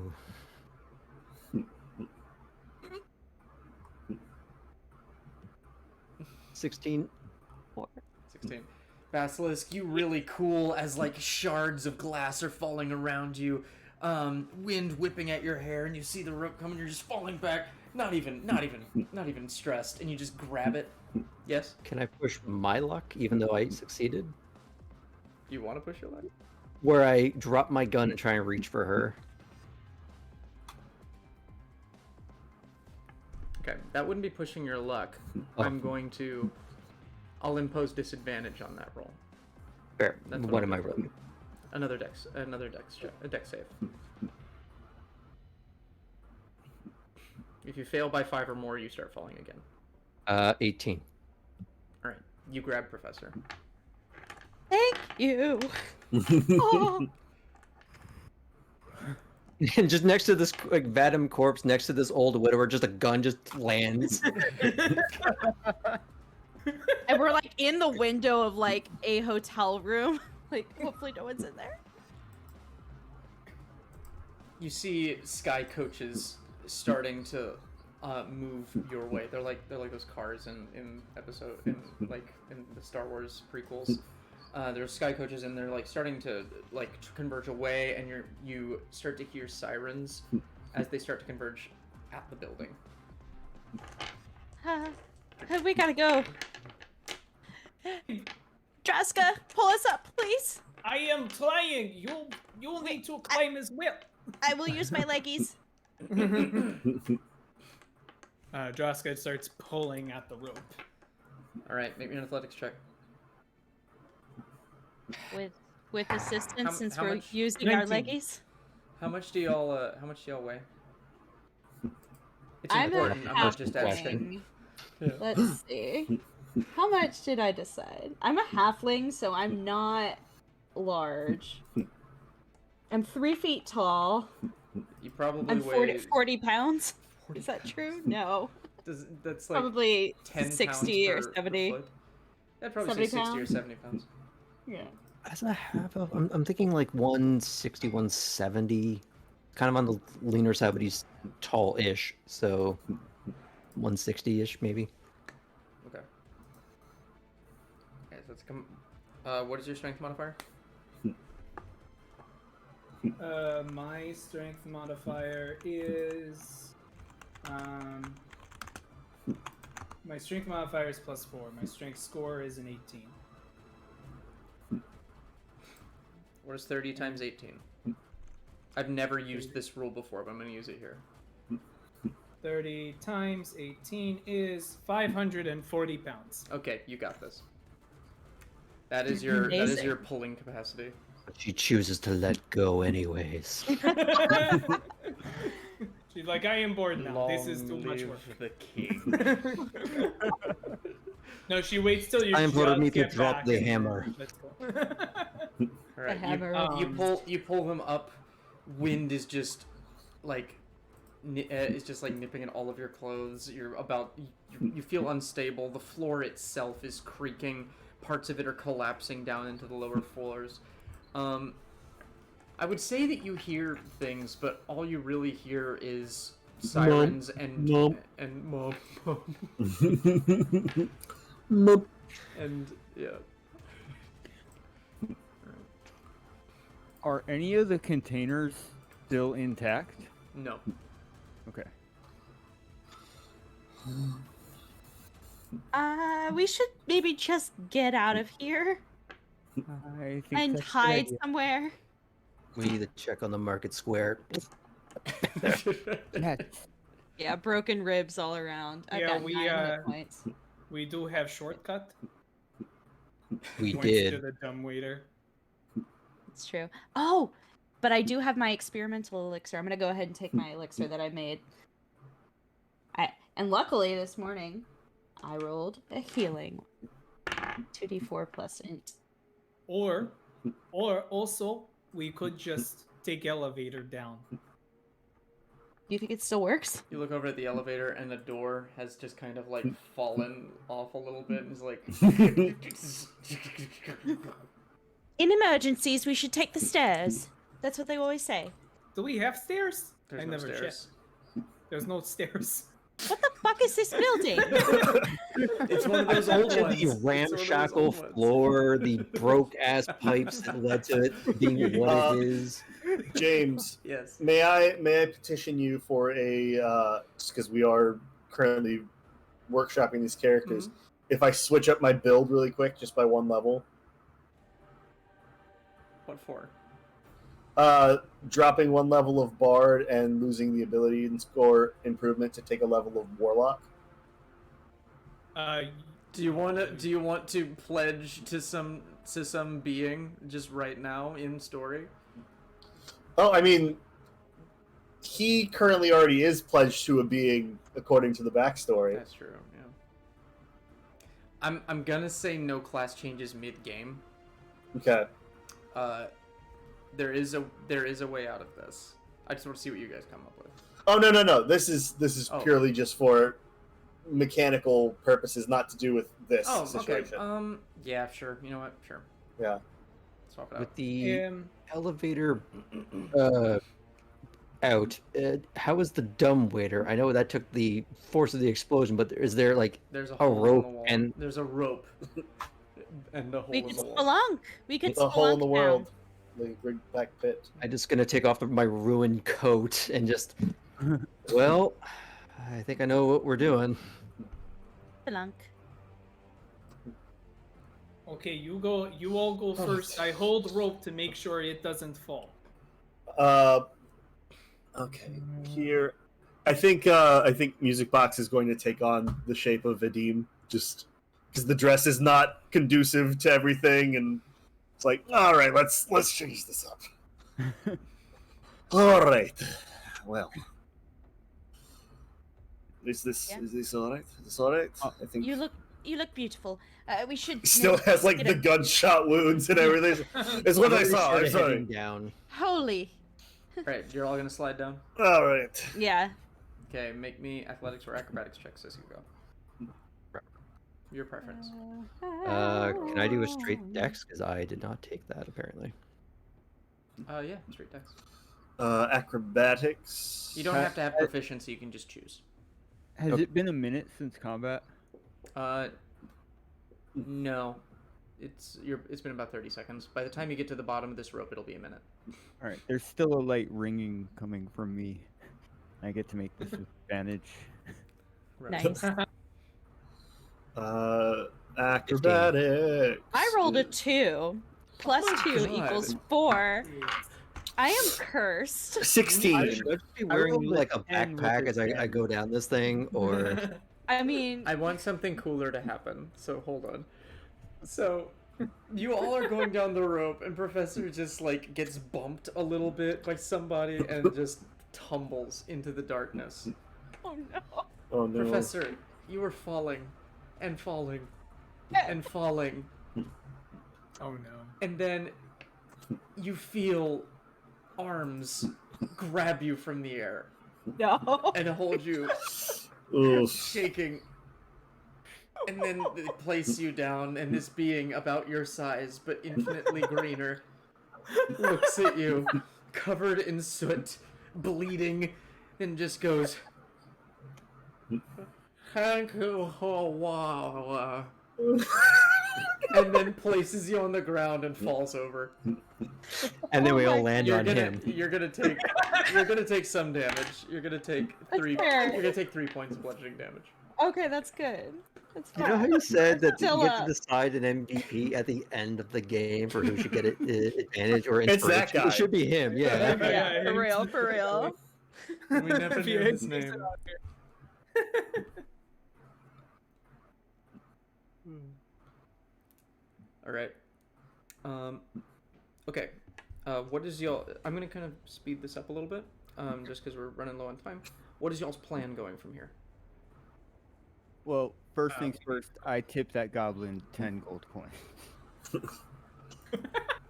For his crossing of the Styx River for Nice. today. All right. I think we need to exit through the lobby immediately and go find. Yeah. Out Or if what's there's happening. even a Market back Square, entrance. Okay. Just go to the market square. Can we still update? I think you used We used our our call. for the get up being high rollers. I will What say. I mean is, I will for say Zephyr that Black. as you're saying that, well, Zephyr Black has ascending tattoo, so if he's within 100 feet, which he might be, I would try that. right? What do you say? Ruckus made at the hotel, bat him down.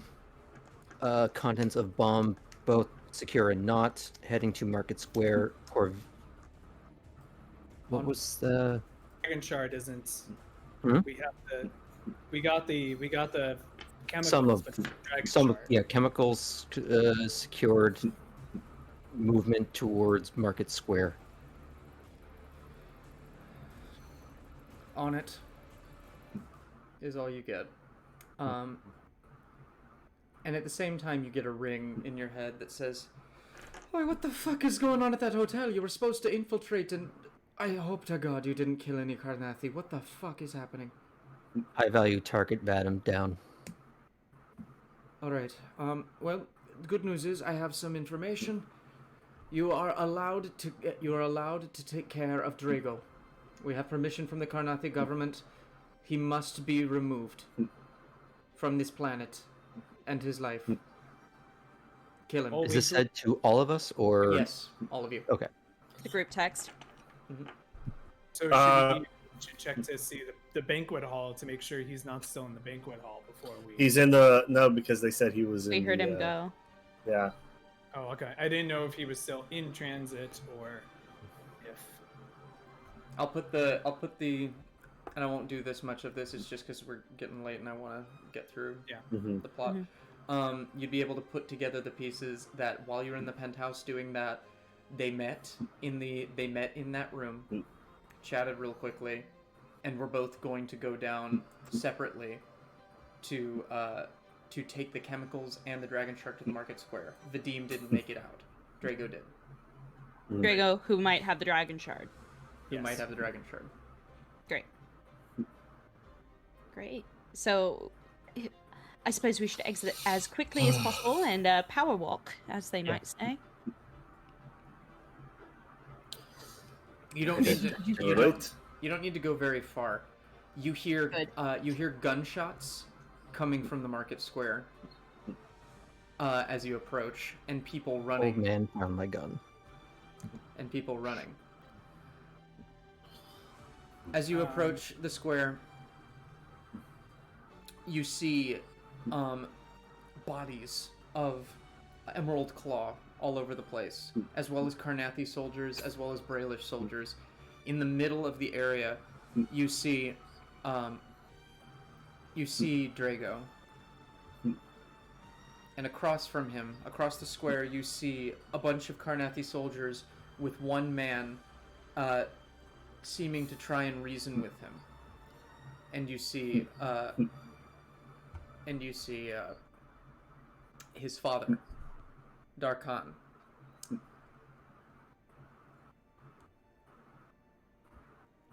You hear in your ear Sepher say,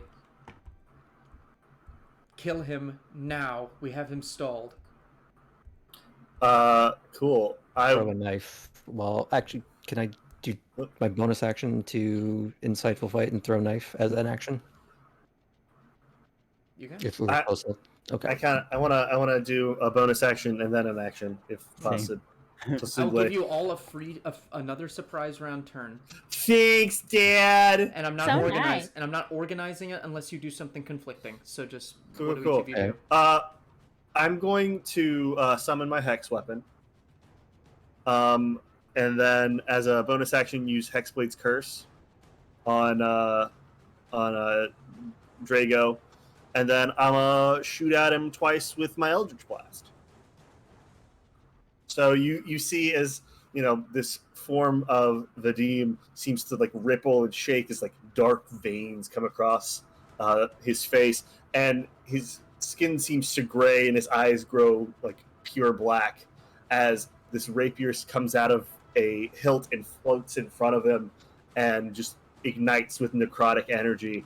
And as he takes it, you just hear like this weird guttural draconic sound as he points at Drago, and with just two fingers, very Frieza death beam, just two green motes of energy right at him. Let me do my thing. All right, that is wonderful. So that's a 19, which is a crit with the Hexblade's Curse. And then a 22. So one of those is a crit, the other is not. Who else making attacks here? I have to do an insight How- check I'll first. do How it. far away? You're probably about 60 feet.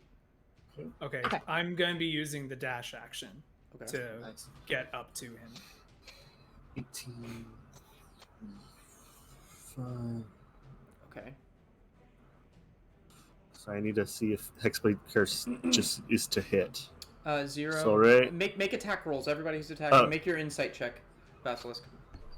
Let me look at how that works again, because it's That's going to be 27 points of force damage in total. 27 points of force damage.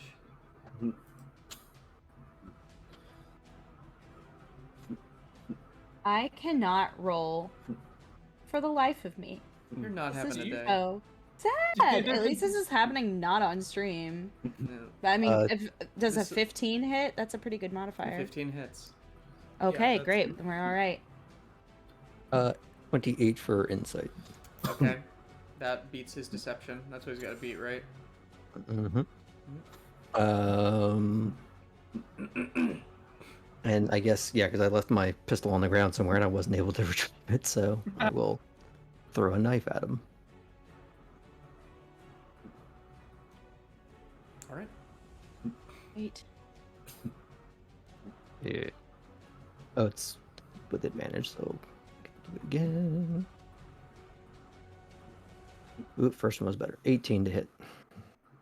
18 to hit. All right. All of you hit. Draska, you make it up to him. You see Sepher Black making his way through the crowd. He's probably going to dash and reach you about the same time. As you hear this volley of garbage behind you coming for this guy. He turns around and sees you, and he's holding this dragon shard like a child almost in his arms. And you can see it just vibrating like it's already a little unstable. What do you do?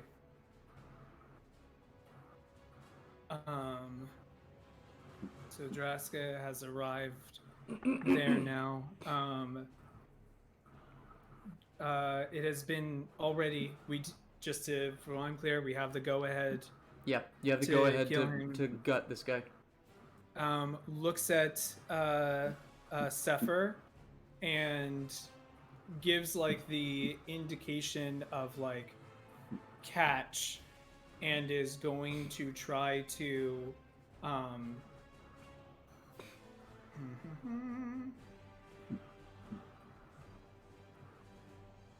question. I do 2 attacks.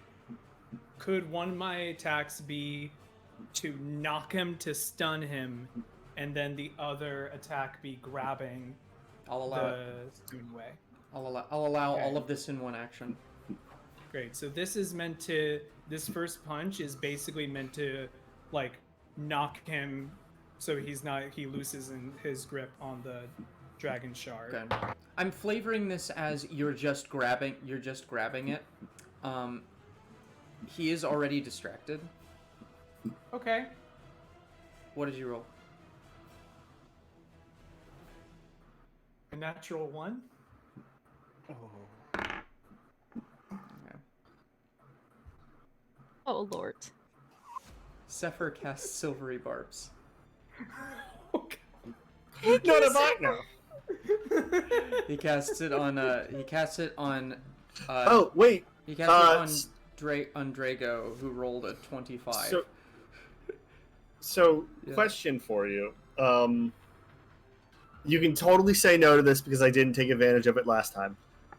When I cast Silvery Barb, I'm supposed to give advantage to a person near me for their next roll. Can I give that to Drago? No, not Drago. You would have had to give it to Draska on like one of those like Yeah. pulling checks sort of things. Got it. So, Got it. Never mind. no worries. Cool. But rolling I out- will remember that for future reference. There are a lot of D names, okay? I'm sorry. Am I rolling that attack, or you have advantage on your next thing. I have advantage on my next one? Yeah, Great. basically what happened is you punched at him and he was able to kind of move out of the way of it just slightly, but the nat 1 still got that, and he's going to try and punch you in the face with his attack of opportunity. Does a 23 hit? Yeah. Okay. You take 7 points of bludgeoning damage, That's fine. but you're still up, and you still have... I'll still allow you to attempt to take and throw this dragon shard. Okay, is that a athletics? That would be an athletics contest, and you have advantage. I have advantage. Here we go. Okay. Ooh, that's good. That's so much better. That's a 22. So you miss your punch, and he just kind of dodges out of the way, uppercuts you, and you grab his arm, rip it aside, and just strip the ball, and just kind of toss it. And Sepher catches it. I don't like the way you said that. Do you mind if I keep everybody's original initiative? Yes. I don't mind. Just because I don't want Because to go through that again. he throws everything. Okay. Basically, Sepher...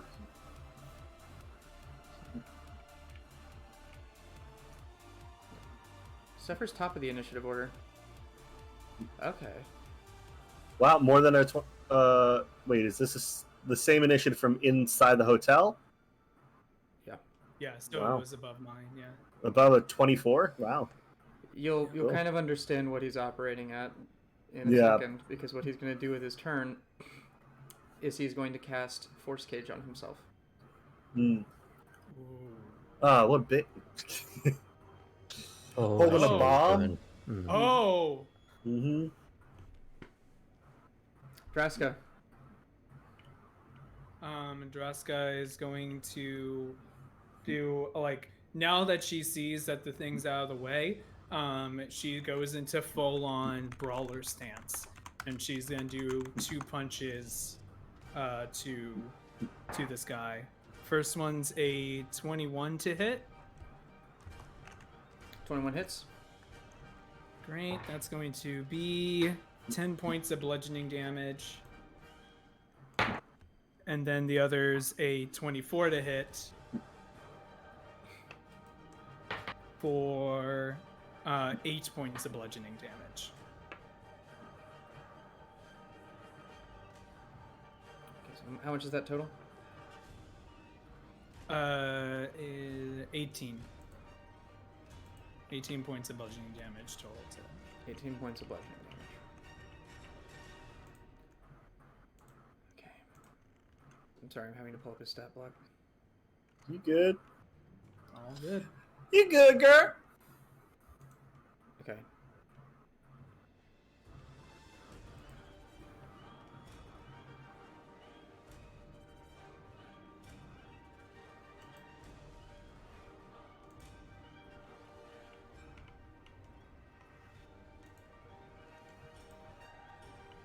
Okay, 18 points of bludgeoning damage. Alright. Mm-hmm. You smack the shit out of him. Alright, okay, next up. Music box. Cool. First up, I am going He's to... on death's door, by the way. Cool. Just in case I miss... Let's see. Nobody else is... 0. I'm going to give 0 Bardic Inspiration.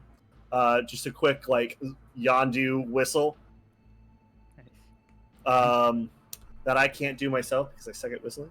But you can use that D6. As per Tasha rules, you can add that D6 to damage from a spell. So in case this misses, I'm going to use my Eldritch Blast. Alright. So, hey, that is another natural 20. Holy shit. There we go. Now the character is happy. He will work for me. That's going to be 16 points of damage on that one. And a natural 1. I spoke too soon. There it is. So... Oh, wait, sorry, because it's packed, so add 6 to that other one. So 16, 24, is that right? No, 22. 16 plus 6 is 22. That is math. 22 points of force damage, and then whatever the hell happens to me because of this natural 1. Make another Eldritch Blast attack. Go. That is a 23.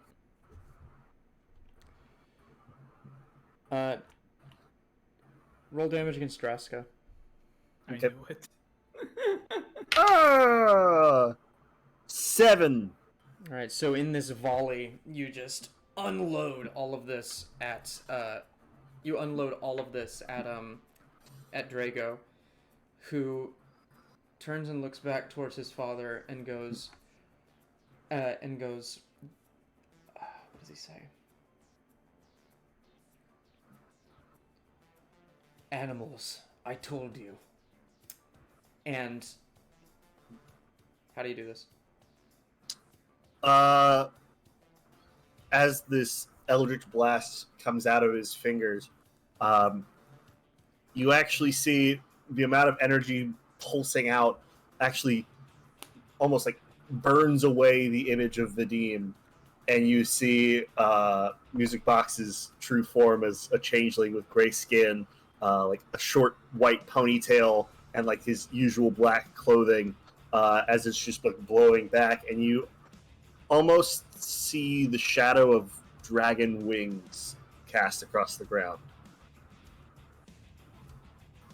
And it's just going to pulse in and just Kamehameha wave him away, man.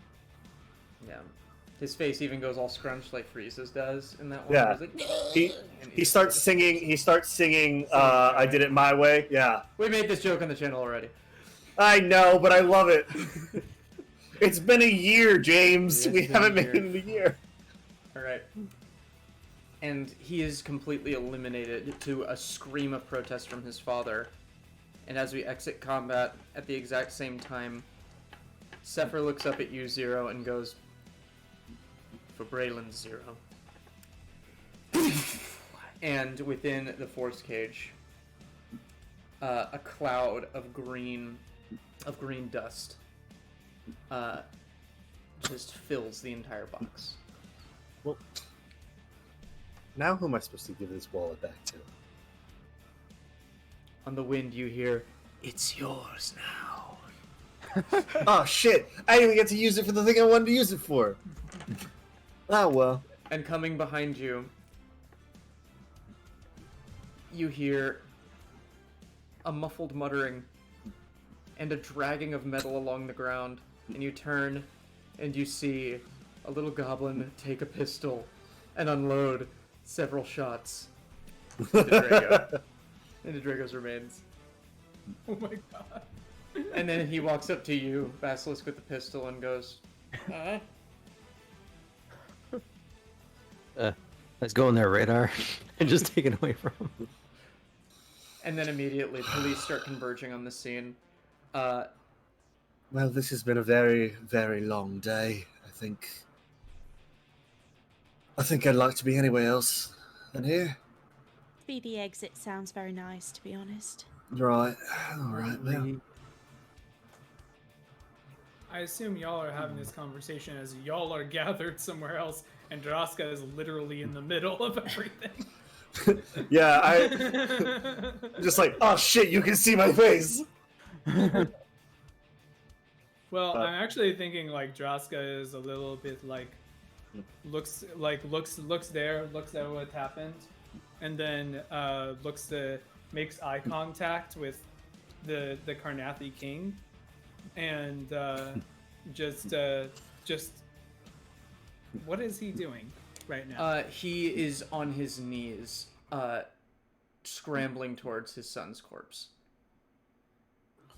Yeah. Well. Yeah. While the soldiers are busy being held back by Sharn security forces, and there's a whole bunch of tension just everywhere. But in the confusion, he's running up and he's going over towards the pile of dust where his son was, and he looks up at you,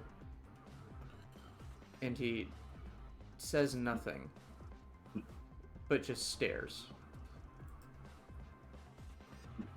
I am sorry for your loss. And then turns and sprints away. I'm not bitch. Fuck you and your country.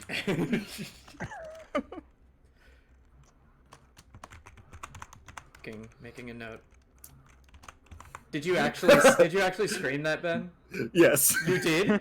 Oh, Yeah. good.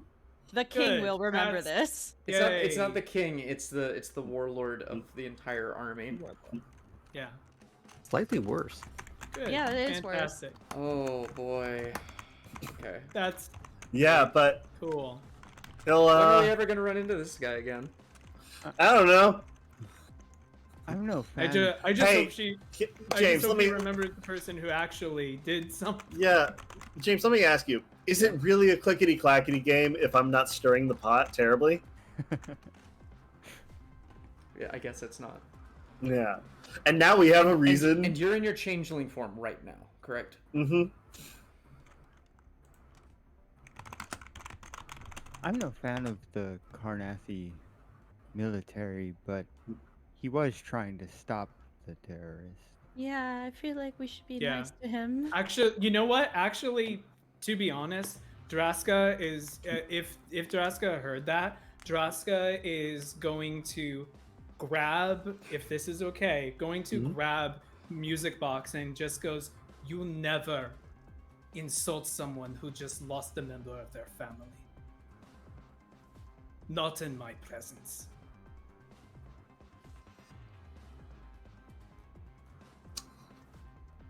I would like Music to box just interject.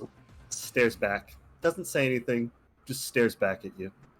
We need to go. We can have this conversation in private. We need to be away from here now. I feel very good. The Carnathi soldiers are doing the same thing, basically, with Darkhan and kind of pulling him away as he locks eyes with all of you, and his demeanor changes completely, and you see something snap behind his eyes, as if even beyond death, he's going to remember this hatred. I cast disguise self to hide myself as a like, he's already seen me, but I do it anyway. So panic disguise. Goldfish. No, I want him to remember me and that I was the one who did the killing blow. So I'm not going to narrativize the epilogue here. Yeah. But after this, the incident is covered up as gang violence between the Boromar clan and the Carnathi soldiers. The situation is tense, but immediately overshadowed by a day later, the morning happening. Wait, the morning? The morning. Oh shit! Oh Who could possibly have caused that? Man. Definitely not one of my characters from the past. So while the situation was tense and probably going to get worse going from that, they had ways they expected this outcome, and it was infinitely better than what was anticipated. With the explosives and the shard, documents were recovered from Vadim's room detailing that they intended to kill and raise every person in Sharn as an undead soldier to attack Sharn from within, and then make a charge towards Rote, the capital of Breland, while Breland's army was busy dealing with all of its borders. For saving the city and the nation, you were all awarded with the Medal of the Ruby Dragon, and you are promoted and invited to the special echelon known as Tiger 5. The big difference is you have a lot more freedom as to how to deal with your missions. The big one being you can kill as the situation sees fit. You do not have to ask permission. You can be told not to kill somebody, but you have a lot more discretion in how you handle things. And many years later, after several other missions together where you hopefully handle situations a little less messily, you receive another assignment that will be the subject of our first episode of Dark Lanterns, The Way We Die. Oh my god, yes! What a good first mission for this group, though. Yeah. It's only uphill, guys. I'm so glad Zephyr really set the tone. Really though. Oh, that was really well done. Yeah. Oh my god. That outburst started as a joke, but then I thought about it. I was like, no, this actually gives me a lot of good playing room here. It gives you an arc. Yeah. And I cannot tell you how much that has played into things that I already wanted to do. So. Mm. Oh, me saying "fuck you" and your country. Mm-hmm. Oh Perfect. no. We love a little perfect. nationalism. Well, these countries don't stop hating each other after the morning. I'll just say that. Yeah. Also, who knows if it's actually nationalism and it's not something else? Mm-hmm. Yeah. Yeah. Anyway, cool. I'm gonna stop recording this so we can debrief. Anyone who's watching this in the future, if it's me or if it's someone, if I decide to put this on YouTube and have permission from everybody, clickety clackety, please come backity. Hey, I got my one F word in the session. 2 F words. I've given up on that rule. I can't. I accidentally said it. No. many Do times. not worry because I can't. I literally cannot help it. So don't worry about it. He's gonna learn at some point. I'm more afraid of out of character than in character. Same.